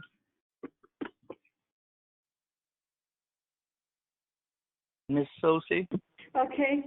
The OMB's report on Exhibit A, they have the 2021 fund type budget summary. On the right-hand side, it says proposed general fund budget. That's for business unit 117001. It includes administration, school clothing, Department of Family Services, which we are looking for general funds is $4,161,183. The indirect cost is $402,834. So the total amount of our request for Division of Social Services is $4,564,017. That was what was allocated to us from the Office of the President, Vice President. Mr. Chair. Any follow-up questions? Go ahead. Mr. Chair, this is Deanna Neswagishi. May I request for Mrs. Roxanne Gorman to provide a response on the Navajo Educational Incentive, please? Hang on. Honorable Slater, did you have follow-up questions? Yeah, I think it'd also be helpful if the executive director could explain the plan for implementing these IT upgrades. And I'd also like to hear what the analysis has been from the president's office and the program on whether it makes sense to expend fully money for these IT upgrades from our general funds and then reimburse ourselves with CARES Act funding, or to do this sort of mix. I mean, because this is going to be two different business units that you'd have to be applying to a contract if you're going to use the CARES funding and the carryover funding. So, you know, what sort of thoughts have gone into that and what they believe makes the most sense. And then, you know, this initiative was, as you said, if these upgrades are a part of a plan from the budget in FY20, you know, they're not really CARES Act eligible, right? Because they were a proposed activity and plan that isn't directly related to COVID. It may help ameliorate COVID, but it's in an existing budget potentially, or it's in the exhibits, I'm presuming, for what was passed this past year. But I really think the committee needs some more information. I mean, $5.9 million, the reason I was asking about what the appropriation was last year for general funds, you can see that the value of this contract is potentially worth more than all the money that they received past year from the Navajo Nation government. And we've had issues outside of those related to COVID for expenditures, for program delivery, and for the composition of the program after some of these changes went into effect. So I personally am very hesitant, and I don't think, only in passing have I heard about these IT upgrades and really what that would mean, but I can't recall, and I'm trying to look back to my notes about when the program gave us the full RFP and a presentation for phasing in and implementing these upgrades. So, you know, absent that, I can't have a gun to my head right now and say, you know, pass this budget and give us this money to get this done, because we're at this point. You know, there needs to be a more measured approach. And then on top of that, you know, we have to take into account that the COVID-19 affected all of our Navajo Nation programs. It slowed down funding, and what we need to do is figure out what was a genuine slowdown related to COVID, and what can we expect from programs in 2021? Because I don't really see COVID subsiding to a meaningful degree, and we should have the assumption that our programs are going to have to operate under the same circumstances. Unfortunately, they're only going to have a few months now, or maybe a couple of months of quote unquote being open to assess how expenditures may take place, et cetera, in FY21. But I think if the facts are that COVID retarded spending and COVID isn't gone, then why would we be putting a lot more money into these programs instead of saving it? And when it comes to saving, I just want to say that it is ignoring the direct charge and will of the elected legislative body that approves the budget when programs save money and don't fulfill their duties in some sort of conscious or coordinated effort. And I'm not saying that 100% it happened here, but I'm probably going to say this to every single program that comes before us. You cannot just save money and then create some ideal that will, like this RFP, to spend it on, or to create some big ticket item or save funding like that. The way the budgeting works is that the money goes into the program for the year. And it should never be the presumption that there is going to be a carryover budget. And there's already legislation that's going to be introduced probably right at the end of this budget process to eliminate carryovers. I don't think they should exist in principle. It gives the wrong messages to the program that, you know, their uncles on the committee or in the council and their aunties are going to go bail them out. And that's not what we need here. And it's, to me, particularly arrogant that when over the past year we screwed over the shelters, that we're going to propose a $5.9 million, gift to the program. I mean, does the program deserve that gift right now? Because that's what it is. You know, it seems like program delivery is still occurring, and we need a really strong justification for the $5.9 million to even take it seriously. So, thank you. Okay. Ms. Neswit-Gishu, address Honorable Slater's concerns. Thank you, Mr. Chair, for allowing me to provide a response. Just some of the wording that was utilized by Honorable Slater, to me was appropriate when he talked about specific language about the shelters.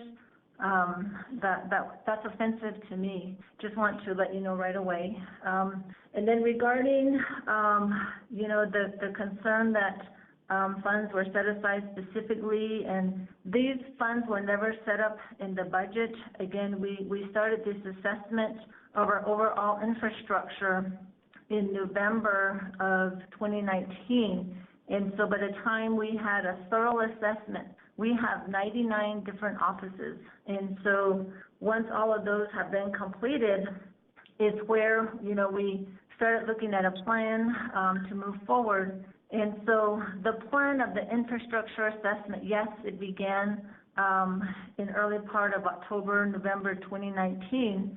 The intention was to streamline services, to reduce duplication.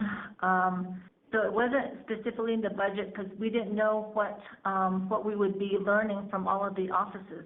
And so it was to upgrade IT if necessary. So when we did we received the assessment back, and that's where like almost 90% of our equipment were end of life, meaning that they were old and outdated.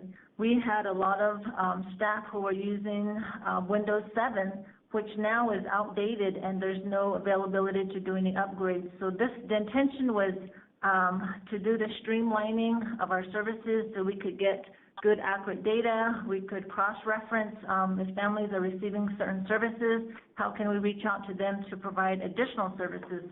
So that was the intent of it. So along comes the pandemic of COVID-19. And so in the Corona's Relief Fund Guidance for State, Territorial, Local, and Tribal Governments, which is dated April 22nd, 2020, in there, there's some exhibits. And so when I looked specifically at how the funds, necessary expenditures incurred during the public health emergency, on that document, there's a section under there that has 4 expenses of actions to facilitate compliance with COVID-19 related public health measures such as, and there's several bullets on there. One of the bullets says expenses to improve telework capabilities for public employees to enable compliance with COVID-19 precautions. And that's where our proposal is being submitted under Legislative Summary 0209-20 is where we do have that as Exhibit 17. Can somebody please silence their phone so Director Neswit-Gishu can speak clearly? Anybody else here that would know?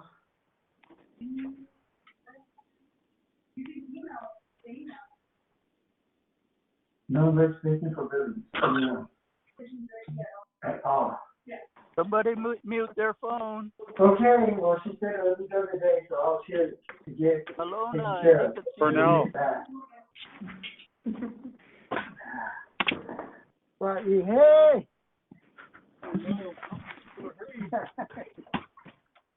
You're in trouble. What's up, bro? Alona, we had too much information on what you're up to. Hi. Okay. Let me get it. Ah, this guy, huh? Hey. Yeah, looking for Okay, we're in a committee meeting. Please mute your phone. How did you get these guys? Pasadena. I did. As always, I'm supposed to speak at the same time. Cornell, we can hear you. I get my legislation, so they didn't do it. A lot of you guys. Now what? I got my legislation. Oh, really? For the chapters. Oh. It can increase it to the full 176. All your chapters. President stuff. I Yeah. went through on that. Go to the program. I have to go to the chapter. So, how many chapters do you have? Money. How many chapters do you have? 35. Okay, Ms. Neswood Gish, go ahead, continue. Thank you, Mr. Chair. And so as I was saying that when I was reviewing the guidance provided for the Corona Relief Fund, as mentioned, I don't know what you had heard, but I had said there's a number 4 on this, what I'm looking at. There's expenses of actions to facilitate compliance with COVID-19 related public health measures such as, and so there's one that expenses to improve telework capabilities for public employees to enable compliance with COVID-19 public health precautions. And that is where we had submitted a proposal to utilize the CARES Act funding for electronic case management telework expenditure plan. So that was submitted. And so it was not something that we were intending to use the funding, but it was specifically to streamline our services. We were looking at trying to do electronic case management. So the intention was when any of our staff go out to do home visits, they would have a tablet so they can do immediate assessments out in the field. If they're needing to take copies of certificate Indian blood, Social Security, they don't have to take that sensitive document back to the office, photocopy, and take it back. They can take a picture, and so the case management database is secure so that it can go into that file specifically, so it's not just like being copied and it can be lost. And so those were the initial intentions that I had started. And so this had actually started prior to my appointment in 2018. The prior director was looking towards the electronic case management database. And so there was 2 programs that already had their contracts started. This is the Navajo Treatment Center for Children and Families. And back then, the Strengthening Families, and those had already been awarded prior to my coming into my position, Mr. Chair. So there was no intention of trying to say we want to utilize COVID or CARES Act funding specifically. There was none of those intentions. Those were, unfortunately, for the pandemic to occur starting March. And so when we look at trying to mitigate ongoing contact with families, this would help in that area as far as continuing to work with families so that everyone's safe, the families are safe, and as well as the employees. So that's the how we're proposing to move forward. Thank you, Mr. Chair. Thank you. Committee members, any follow-up questions? I guess if there's none, then I'd like to basically ask, with all the data that's being brought forward by the Health Command Operations Center, and part of the real numbers is we're hearing an increase in domestic violence, assault, and those items, and even where there's death and children are left without parents. How is the division realigning their priorities, their programs to address those matters? It seems like these items would be something that would take a bigger priority starting with in the new budget. And so that's the question. And since we are addressing administration executive administration budget. What are you doing to basically have your staff address and focus in on these issues that I just outlined?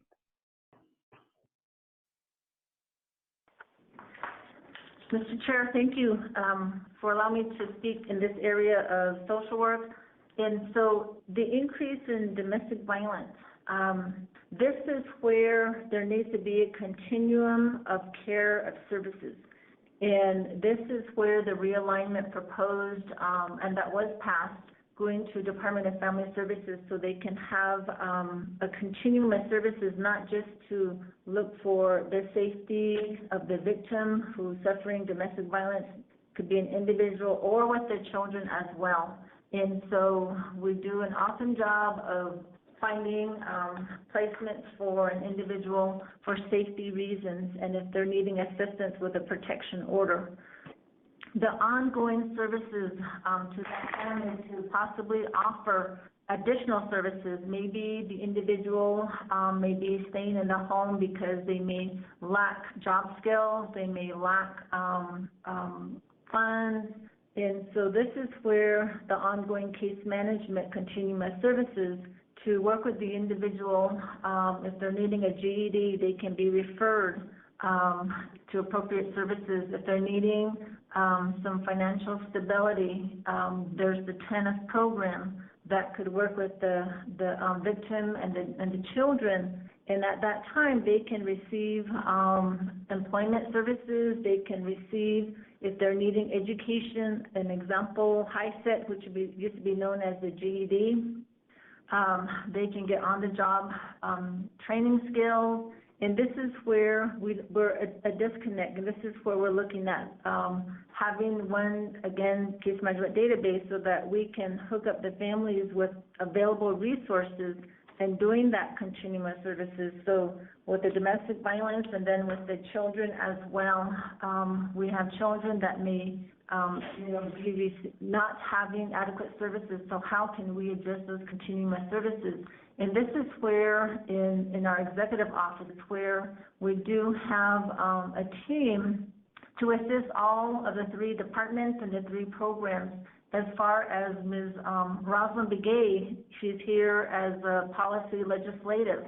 She does reach out to the other departments and programs if they're needing assistance with helping with policies, procedures, if there's position papers that have to be sent to our state or federal partners. Those is where one individual works on that. And Ms. Sosi, she does not just work in our office, she's providing assistance to the other accountants, such as Department of Family Services. So we have a team that is, we're trying to provide assistance to the various departments and programs with the level of expertise that they have. And so we will continue on that charge, Mr. Chair, and not lose sight of the families that we have to provide these ongoing services. Thank you.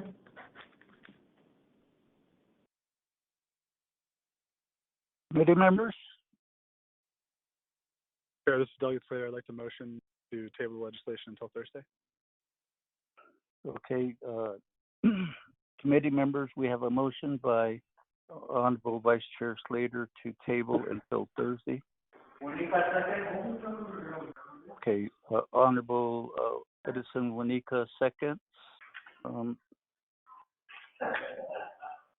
A tabling motion, there's no discussion. Mr. Mose? Yes, sir. Honorable Paul Begay Jr. For table, Honorable Paul Begay Jr. votes green.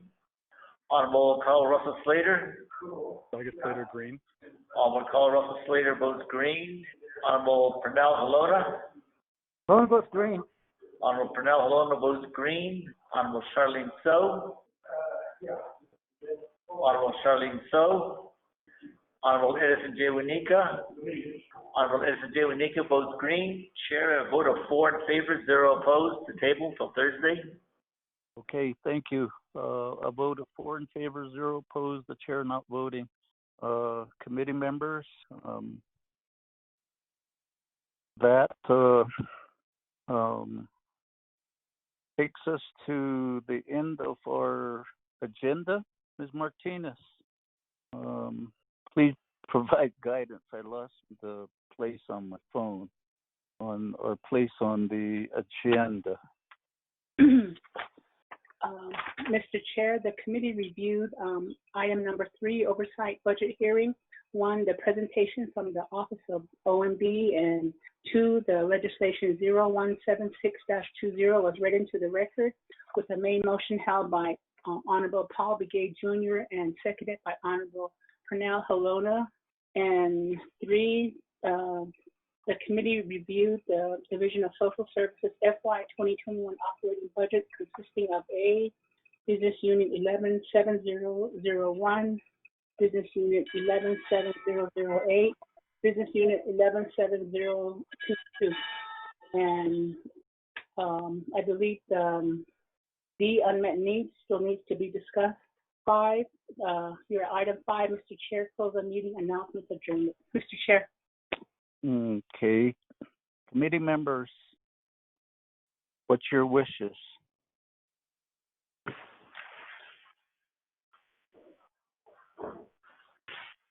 If there's no other items you want to address,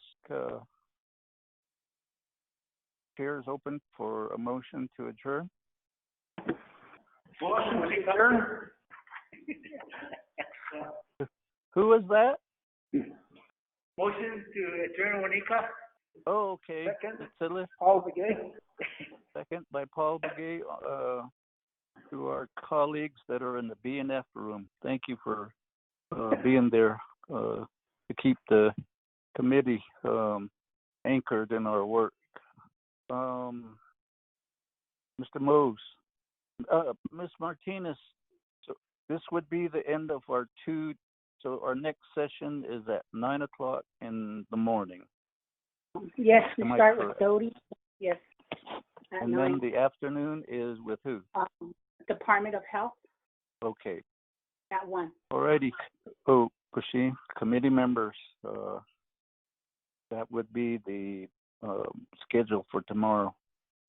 With that, Che, Mr. Mose, roll call vote adjourn.